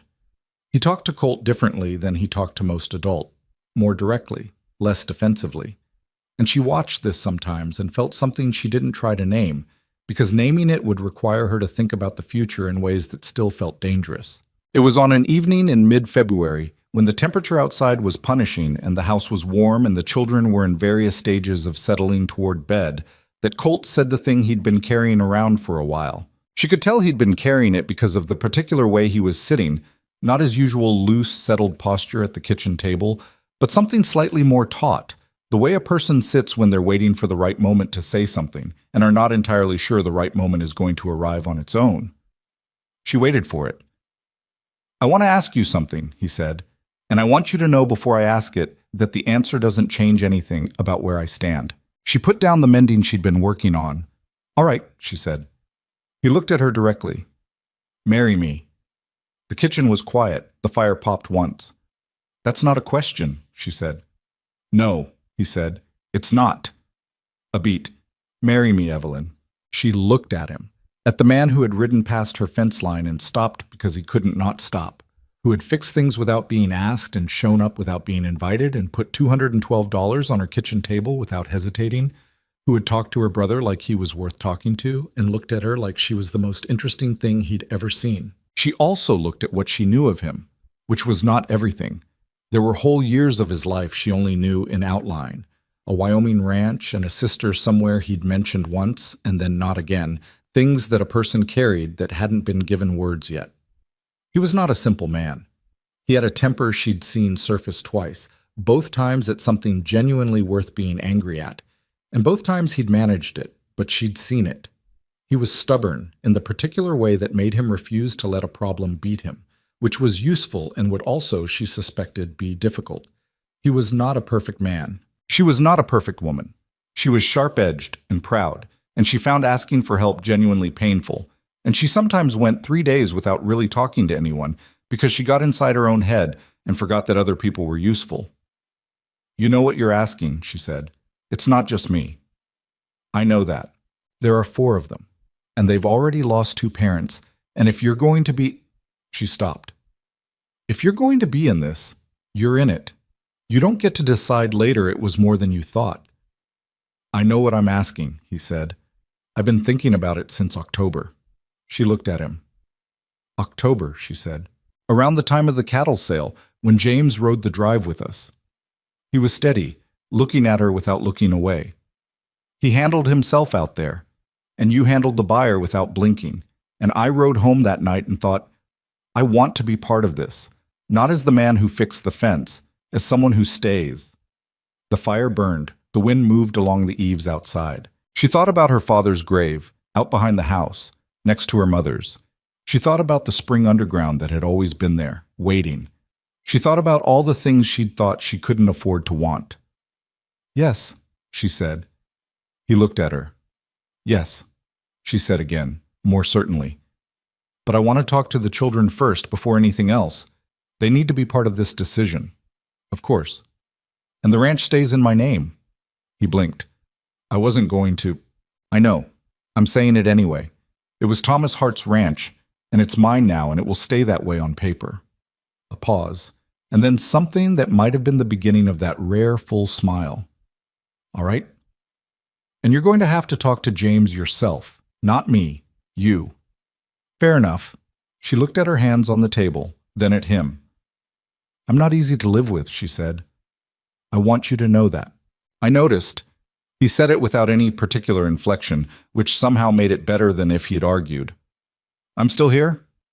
"You've been here on Saturdays. That's different from all the rest of the days." "I know." He was quiet for a moment. "I'm not under any illusions about what this is. Hard land, hard winters, 4 kids, more debt than comfort. I know what I'm choosing." "Why?" She hadn't meant to ask it. It came out of somewhere deeper than she'd intended. "Why would you choose this?" He looked at her for a long moment.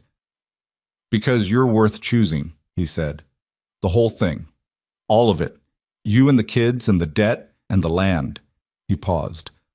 "I'd rather have this, the real thing, hard as it is, than anything easier somewhere else." She sat with that. "James is going to ask you hard questions," she said finally. "I expect so." And Clara is going to watch everything you do for the next 6 months and make up her mind in her own time. That's her right. She exhaled. Okay. Okay, yes? Okay, yes, she said. Okay, we'll get married.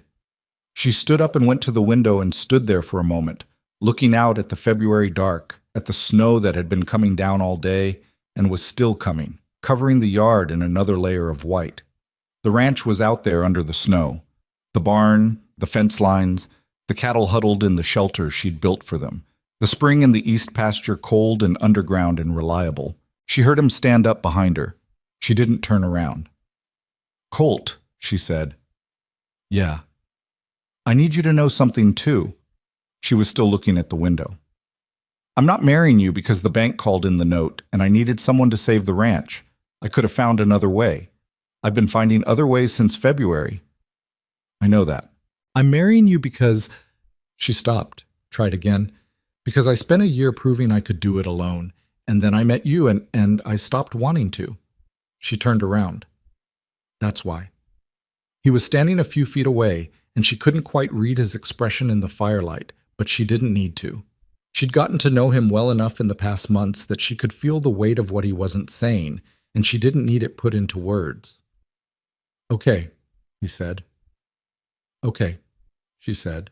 Outside, the snow came down on the Hart Ranch, on the graves and the barn and the fence lines and the cold underground spring, and covered everything in the particular blank mercy of a Montana winter night. And inside the fire burned and the children slept, and two people stood in a kitchen in the middle of an unlikely thing and were not afraid of it. Not entirely, but enough. She told the children on a Sunday morning. She gathered them at the kitchen table the way she gathered them for anything important. Not dramatically, not with preamble, just come sit down, I need to talk to you. And she told them plainly that Colt had asked her to marry him, and she had said yes, and that nothing would be decided or done until they had all talked about it together. Clara sat with her hands folded on the table and said nothing, which meant she was thinking. The twins looked at each other in that particular way they had, conducting some private communication that no one else had ever fully decoded. And then Nora said, "Will he be our father?" And the question landed in the room with the particular weight of 6-year-old directness. Evelyn looked at her. "He won't replace your father," she said carefully. "But he would be part of the family, in a permanent way." "Like a father," Nora said, insisting on the word. "Yes," Evelyn said, "like a father." James had not said anything yet. He was sitting at the far end of the table with his arms crossed, not in the defensive way, but in the contained way. The way he held himself when he was feeling something he wasn't sure he had permission to feel. "James," she said. He looked up. "Say what you're thinking." He was quiet for another moment, then, "Is this because of the bank? Because of the money?" "No." "You sure?" "I'm sure." She held his eyes. "I could have found the money another way. I would have." He looked at the table, then back up. "He's been here all winter," he said. "Fixing things, teaching me stuff." A pause. "He didn't have to do any of that." "No," she said. He didn't. James was quiet for another long moment, doing the 10-year-old version of cost-benefit analysis that he'd been conducting, she suspected, for months. Then he uncrossed his arms and put his hands flat on the table, which was, for James, something close to an open gesture.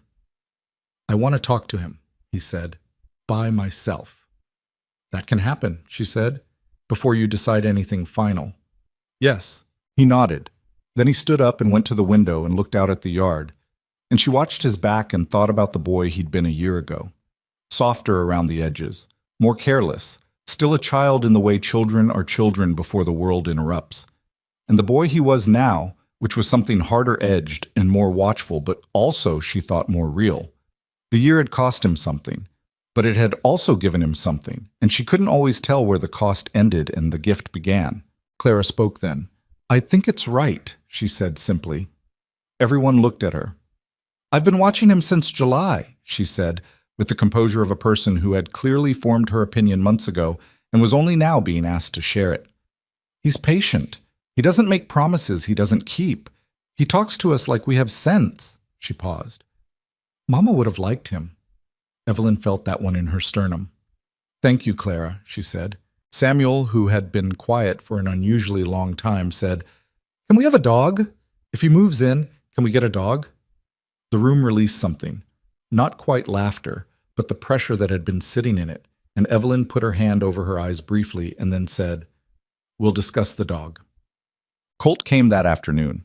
She sent the others inside and stood at the fence with him and told him James wanted to talk to him alone, and he said all right, and that was the whole conversation about it. He didn't ask what he should say or how he should handle it. He just went and found James in the barn, and she watched from the kitchen window, hands on the sill, the way she'd watched him work all those months ago when she'd been trying to convince herself she wasn't paying attention. The conversation lasted 40 minutes. She didn't know what was said. She never asked James, and she never asked Colt, because it belonged to them, and some things needed to belong to people without anyone else's eyes on them. When James came back inside, he went straight to the back room without saying anything. She gave him 20 minutes and then knocked on the door frame. "Yeah," he said. She went in and sat on the edge of the bed and waited. "He said he's not trying to be Papa," James said finally. "He said he knows he can't be, and he's not going to try. He was looking at the ceiling. He said he just wants to be someone I can count on, if I want." "What did you say?" "I said I'd think about it." A pause. "I've been thinking about it." "And?" James sat up. He looked at her with his father's jaw and his mother's eyes, and 12 months of hard living behind them both. "I think he means it," he said. "He's not. He doesn't say things he doesn't mean. I've noticed that." "No," she agreed. "He doesn't." "Okay," James said. The same word he'd used before with the same weight. Whole paragraphs compressed into a single syllable. She put her hand on the back of his neck briefly, the way she'd done since he was small. "Okay," she said back.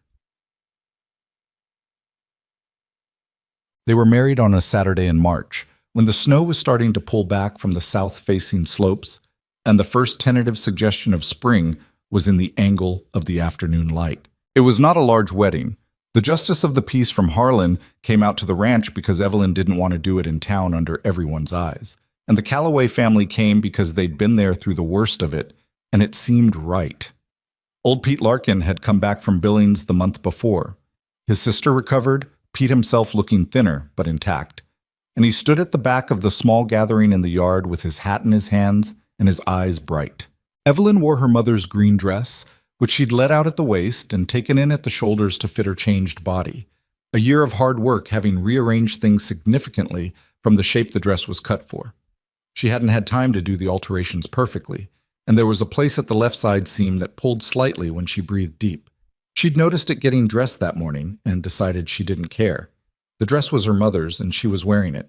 Colt wore his good shirt, which was clean and pressed, and not particularly different from his other shirts, but had clearly been given attention. She noticed his hands when he took hers, the same rough, work-hardened hands that had fixed her fence and her pump and her barn hinge and put $200 on her table without blinking. And she held on to them and said the words the justice read to her. The children stood in a row beside her. Clara composed, James still and serious. The twins holding hands because they always held hands. When it was done, Samuel asked loudly if there was going to be cake, and there was, because Clara had made one the day before, and the small wedding in the March yard dissolved into the more manageable business of eating cake in the kitchen with people who'd come to wish them well. Pete Larkin pulled her aside near the end and said, "Your folks would be glad," and she thanked him and looked away quickly because she was not going to cry at her own wedding when there was still cake to be distributed. She didn't cry. She was not sure in the years afterward whether that was a strength or a failure, but it was what happened. Spring came the way it always did, with mud and work, and the cattle needing to move to fresh grass, and the fence lines needing checking after the winter's abuse. But it came to a different ranch than the one that had faced the previous spring. Colt moved his few possessions into the house. A bedroll, a toolbox, 2 changes of clothes, 3 books that she hadn't expected and asked him about. He said he'd always read when he could find anything worth reading. She added his 3 books to the shelf beside the almanac and the Bible, and thought about how small the evidence of a person's interior life could be when they'd been living lean. He was not easy to share a house with entirely. He had habits she hadn't anticipated, a particular way of leaving his boots that she stepped around for 2 weeks before she said something, and a tendency to go quiet for long stretches when something was bothering him, which left her with the choice of asking or waiting, and she was not naturally inclined toward waiting.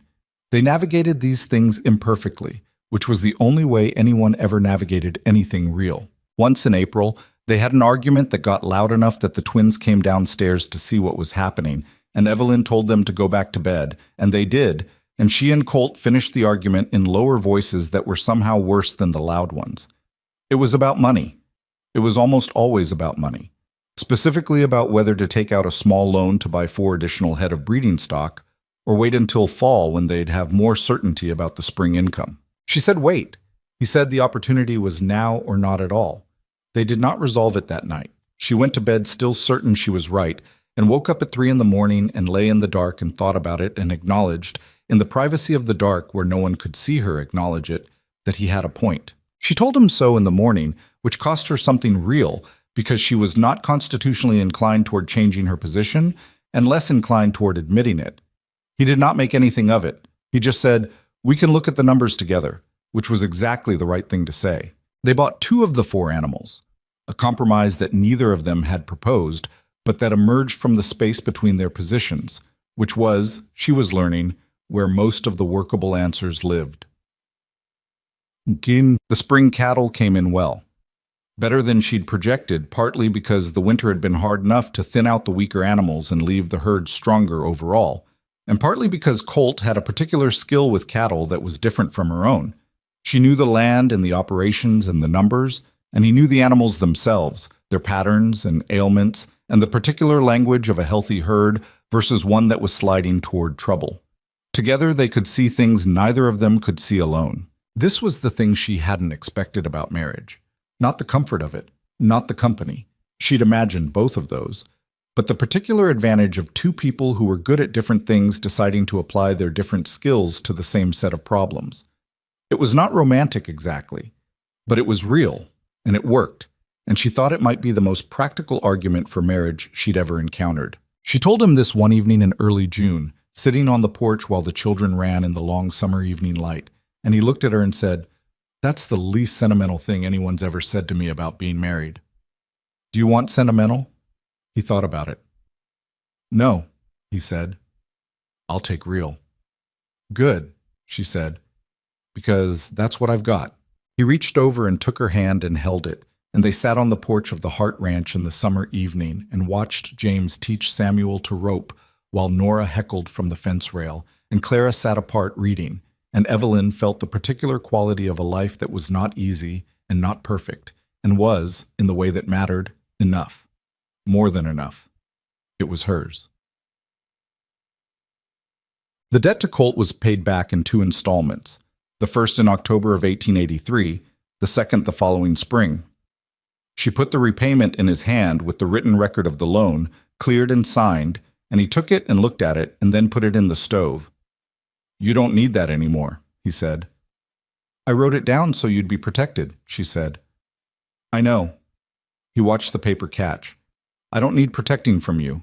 She looked at the small flame consuming the paper and felt, strangely, something lift from her shoulders that she hadn't fully identified as a weight until it was gone. The last formal accounting of what she owed him, reduced to ash. What remained between them after that had no paper to represent it, which meant it was either nothing or it was something that paper wasn't adequate to hold. She was fairly sure it was the latter. The years that followed were not a straight line upward. Anyone who told the story that way would be leaving out the summer of 1884, when a late frost killed half the season's calf crop, and they came into fall with almost nothing and had to borrow against the spring to make it through.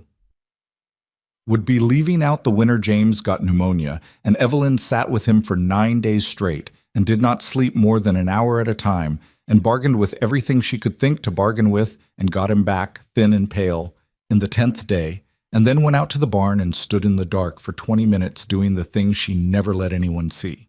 Would be leaving out the fight she and Colt had in the spring of 1886 that lasted 3 days and left the house with a particular chilly politeness that the children clearly found alarming, and was resolved not because either of them won, but because they were both too stubborn to walk away from a thing they'd chosen and too honest to pretend the other person didn't have a point. The line was not straight, but it moved, generally, in the right direction. By 1887, the Hart Ranch was running 60 head. By 1889, they'd bought the adjacent 12 acres when the Pearson family moved to Oregon, and the cattle operation expanded into the new grass. Colt hired 2 hands for the summer seasons, and Evelyn managed the books and the household and the 4 children who were growing into people faster than she could quite account for. Clara was 17 and had the particular self-possession of a person who had known exactly who she was since the age of 9. She talked about teaching school, which Evelyn thought would suit her, and which Colt said nothing about because he understood which battles were his to have opinions about and which weren't. She left for the teacher's training school in Helena in the fall of 1888 and wrote letters home every 2 weeks that were thorough and unsentimental and exactly like her. James at 15 was a different person than the hollow-eyed boy who had stood in a barn doorway, not knowing how to want anything. He was rangy and capable and completely unintimidated by the land or the cattle or the work, and he talked about running the operation someday with the easy certainty of someone who had already decided and was just waiting for time to catch up. Colt worked alongside him differently now.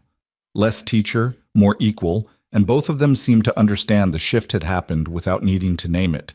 The twins grew into people who were distinct from each other in a way that surprised everyone who'd known them as small children. Nora was sociable and sharp-tongued and ended up marrying a cattleman from the next valley when she was 20, a choice Evelyn had feelings about that she kept mostly to herself. Samuel stayed. He stayed the way some people stay, not because they couldn't leave, but because the place had gotten into him and leaving it would require removing something essential, and he didn't see why he'd want to do that. In the spring of 1892, 10 years after Margaret Hart died and left Evelyn standing at 2 graves in the frozen ground, a man named Aldous Cray came to the ranch. She was in the yard when he rode up, and she recognized him immediately. The banker from Harlan who'd sent the letter calling in the note in January of 1883.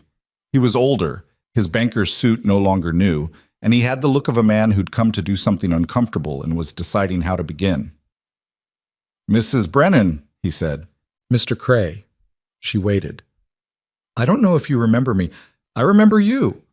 He got down from his horse. He had a document in his hand. "I'm not with the bank anymore," he said. "Left in '86. I'm with a land development company now, out of Billings." He paused. "We're buying up ranches in this county, consolidating for a larger cattle operation. I've been authorized to make you an offer."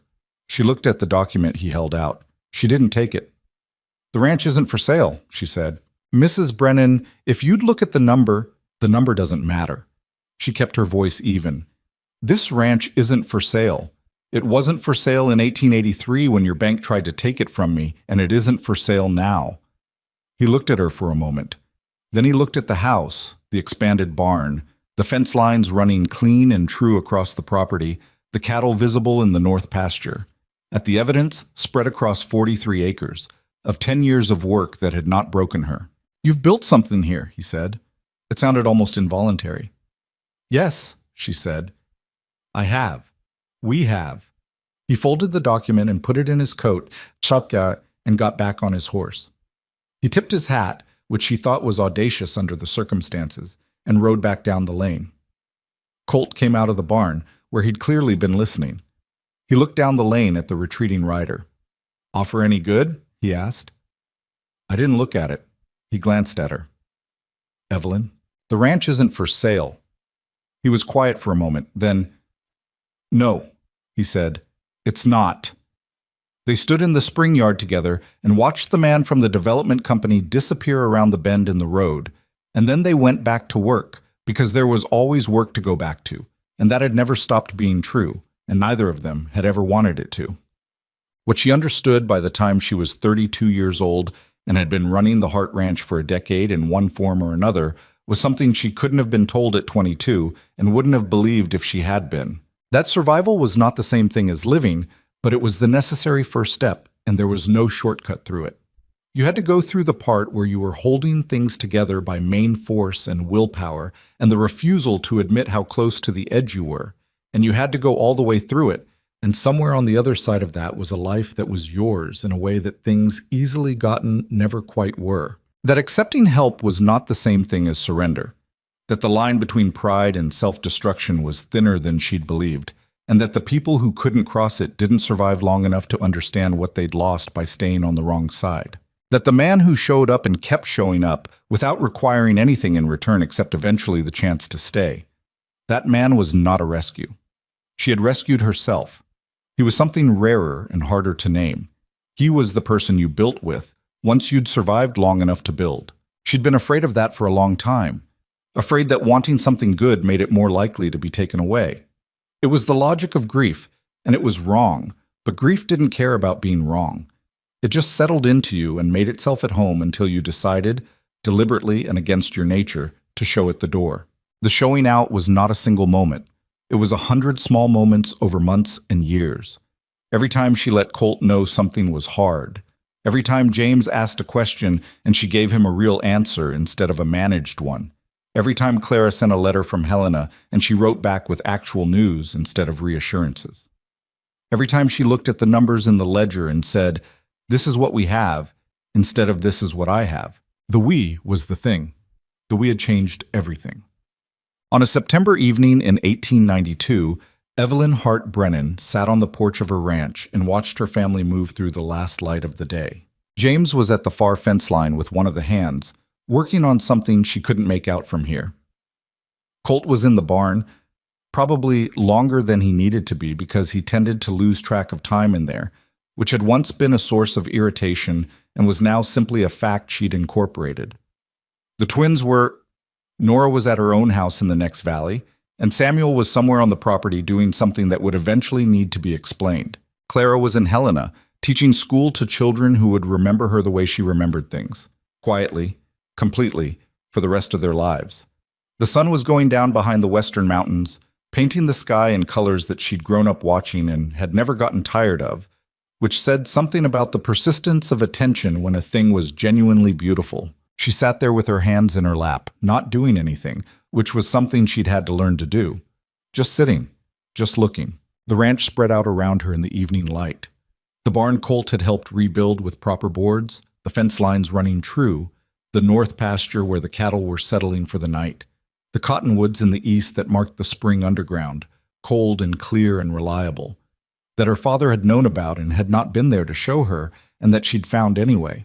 Her father's graves were behind the house, marked with proper stones now, not the rough pine crosses of the first year. She went there sometimes, not as often as she used to. She'd stopped needing to as the years passed, which she thought meant not that she'd forgotten, but that she'd learned how to carry the remembering differently. She heard the barn door and looked over and saw Colt coming across the yard with that walk she knew, as well as her own reflection, unhurried, contained, hands easy at his sides. He came up onto the porch and stood for a moment looking at the same sunset she'd been watching. "James found a section of east fence that needs replacing," he said. "We should get to it before first frost." "I know," she said. "Put it on the list." He sat down in the chair beside hers. They sat there in the evening, not talking, the way they'd gotten comfortable not talking over years of having said enough of the necessary things. After a while, he said, "You all right?" She thought about it. Really thought about it, the way she'd learned to think about questions that deserved real answers. "Yeah," she said, "I'm all right." He nodded. She looked at the ranch and the fading light, at the fence lines and the barn and the pastures and the graves and the cottonwoods and everything that had been fought for and lost and rebuilt and held. The woman who had stood at 2 graves in the frozen ground 10 years ago, alone and 22, and holding herself together with nothing but the refusal to fall apart, that woman was not gone. She was right here. She was the same person, carrying the same stubbornness and the same pride and the same bone-deep love for this specific piece of earth. But she was not holding it alone anymore. She hadn't been for a long time. That was the whole story, really. Not that someone had saved her, not that love had fixed what grief had broken, but that she had done the impossible, brutal work of surviving, and then, when someone worthy of the trust finally showed up and stayed, she had been brave enough, just barely, to let him in. The sun went down behind the mountains. The ranch settled into evening. Evelyn Hart. Brennan sat on her porch and watched the stars appear, one by one, the way they always did. Quietly, without announcement, until suddenly the whole sky was full of them.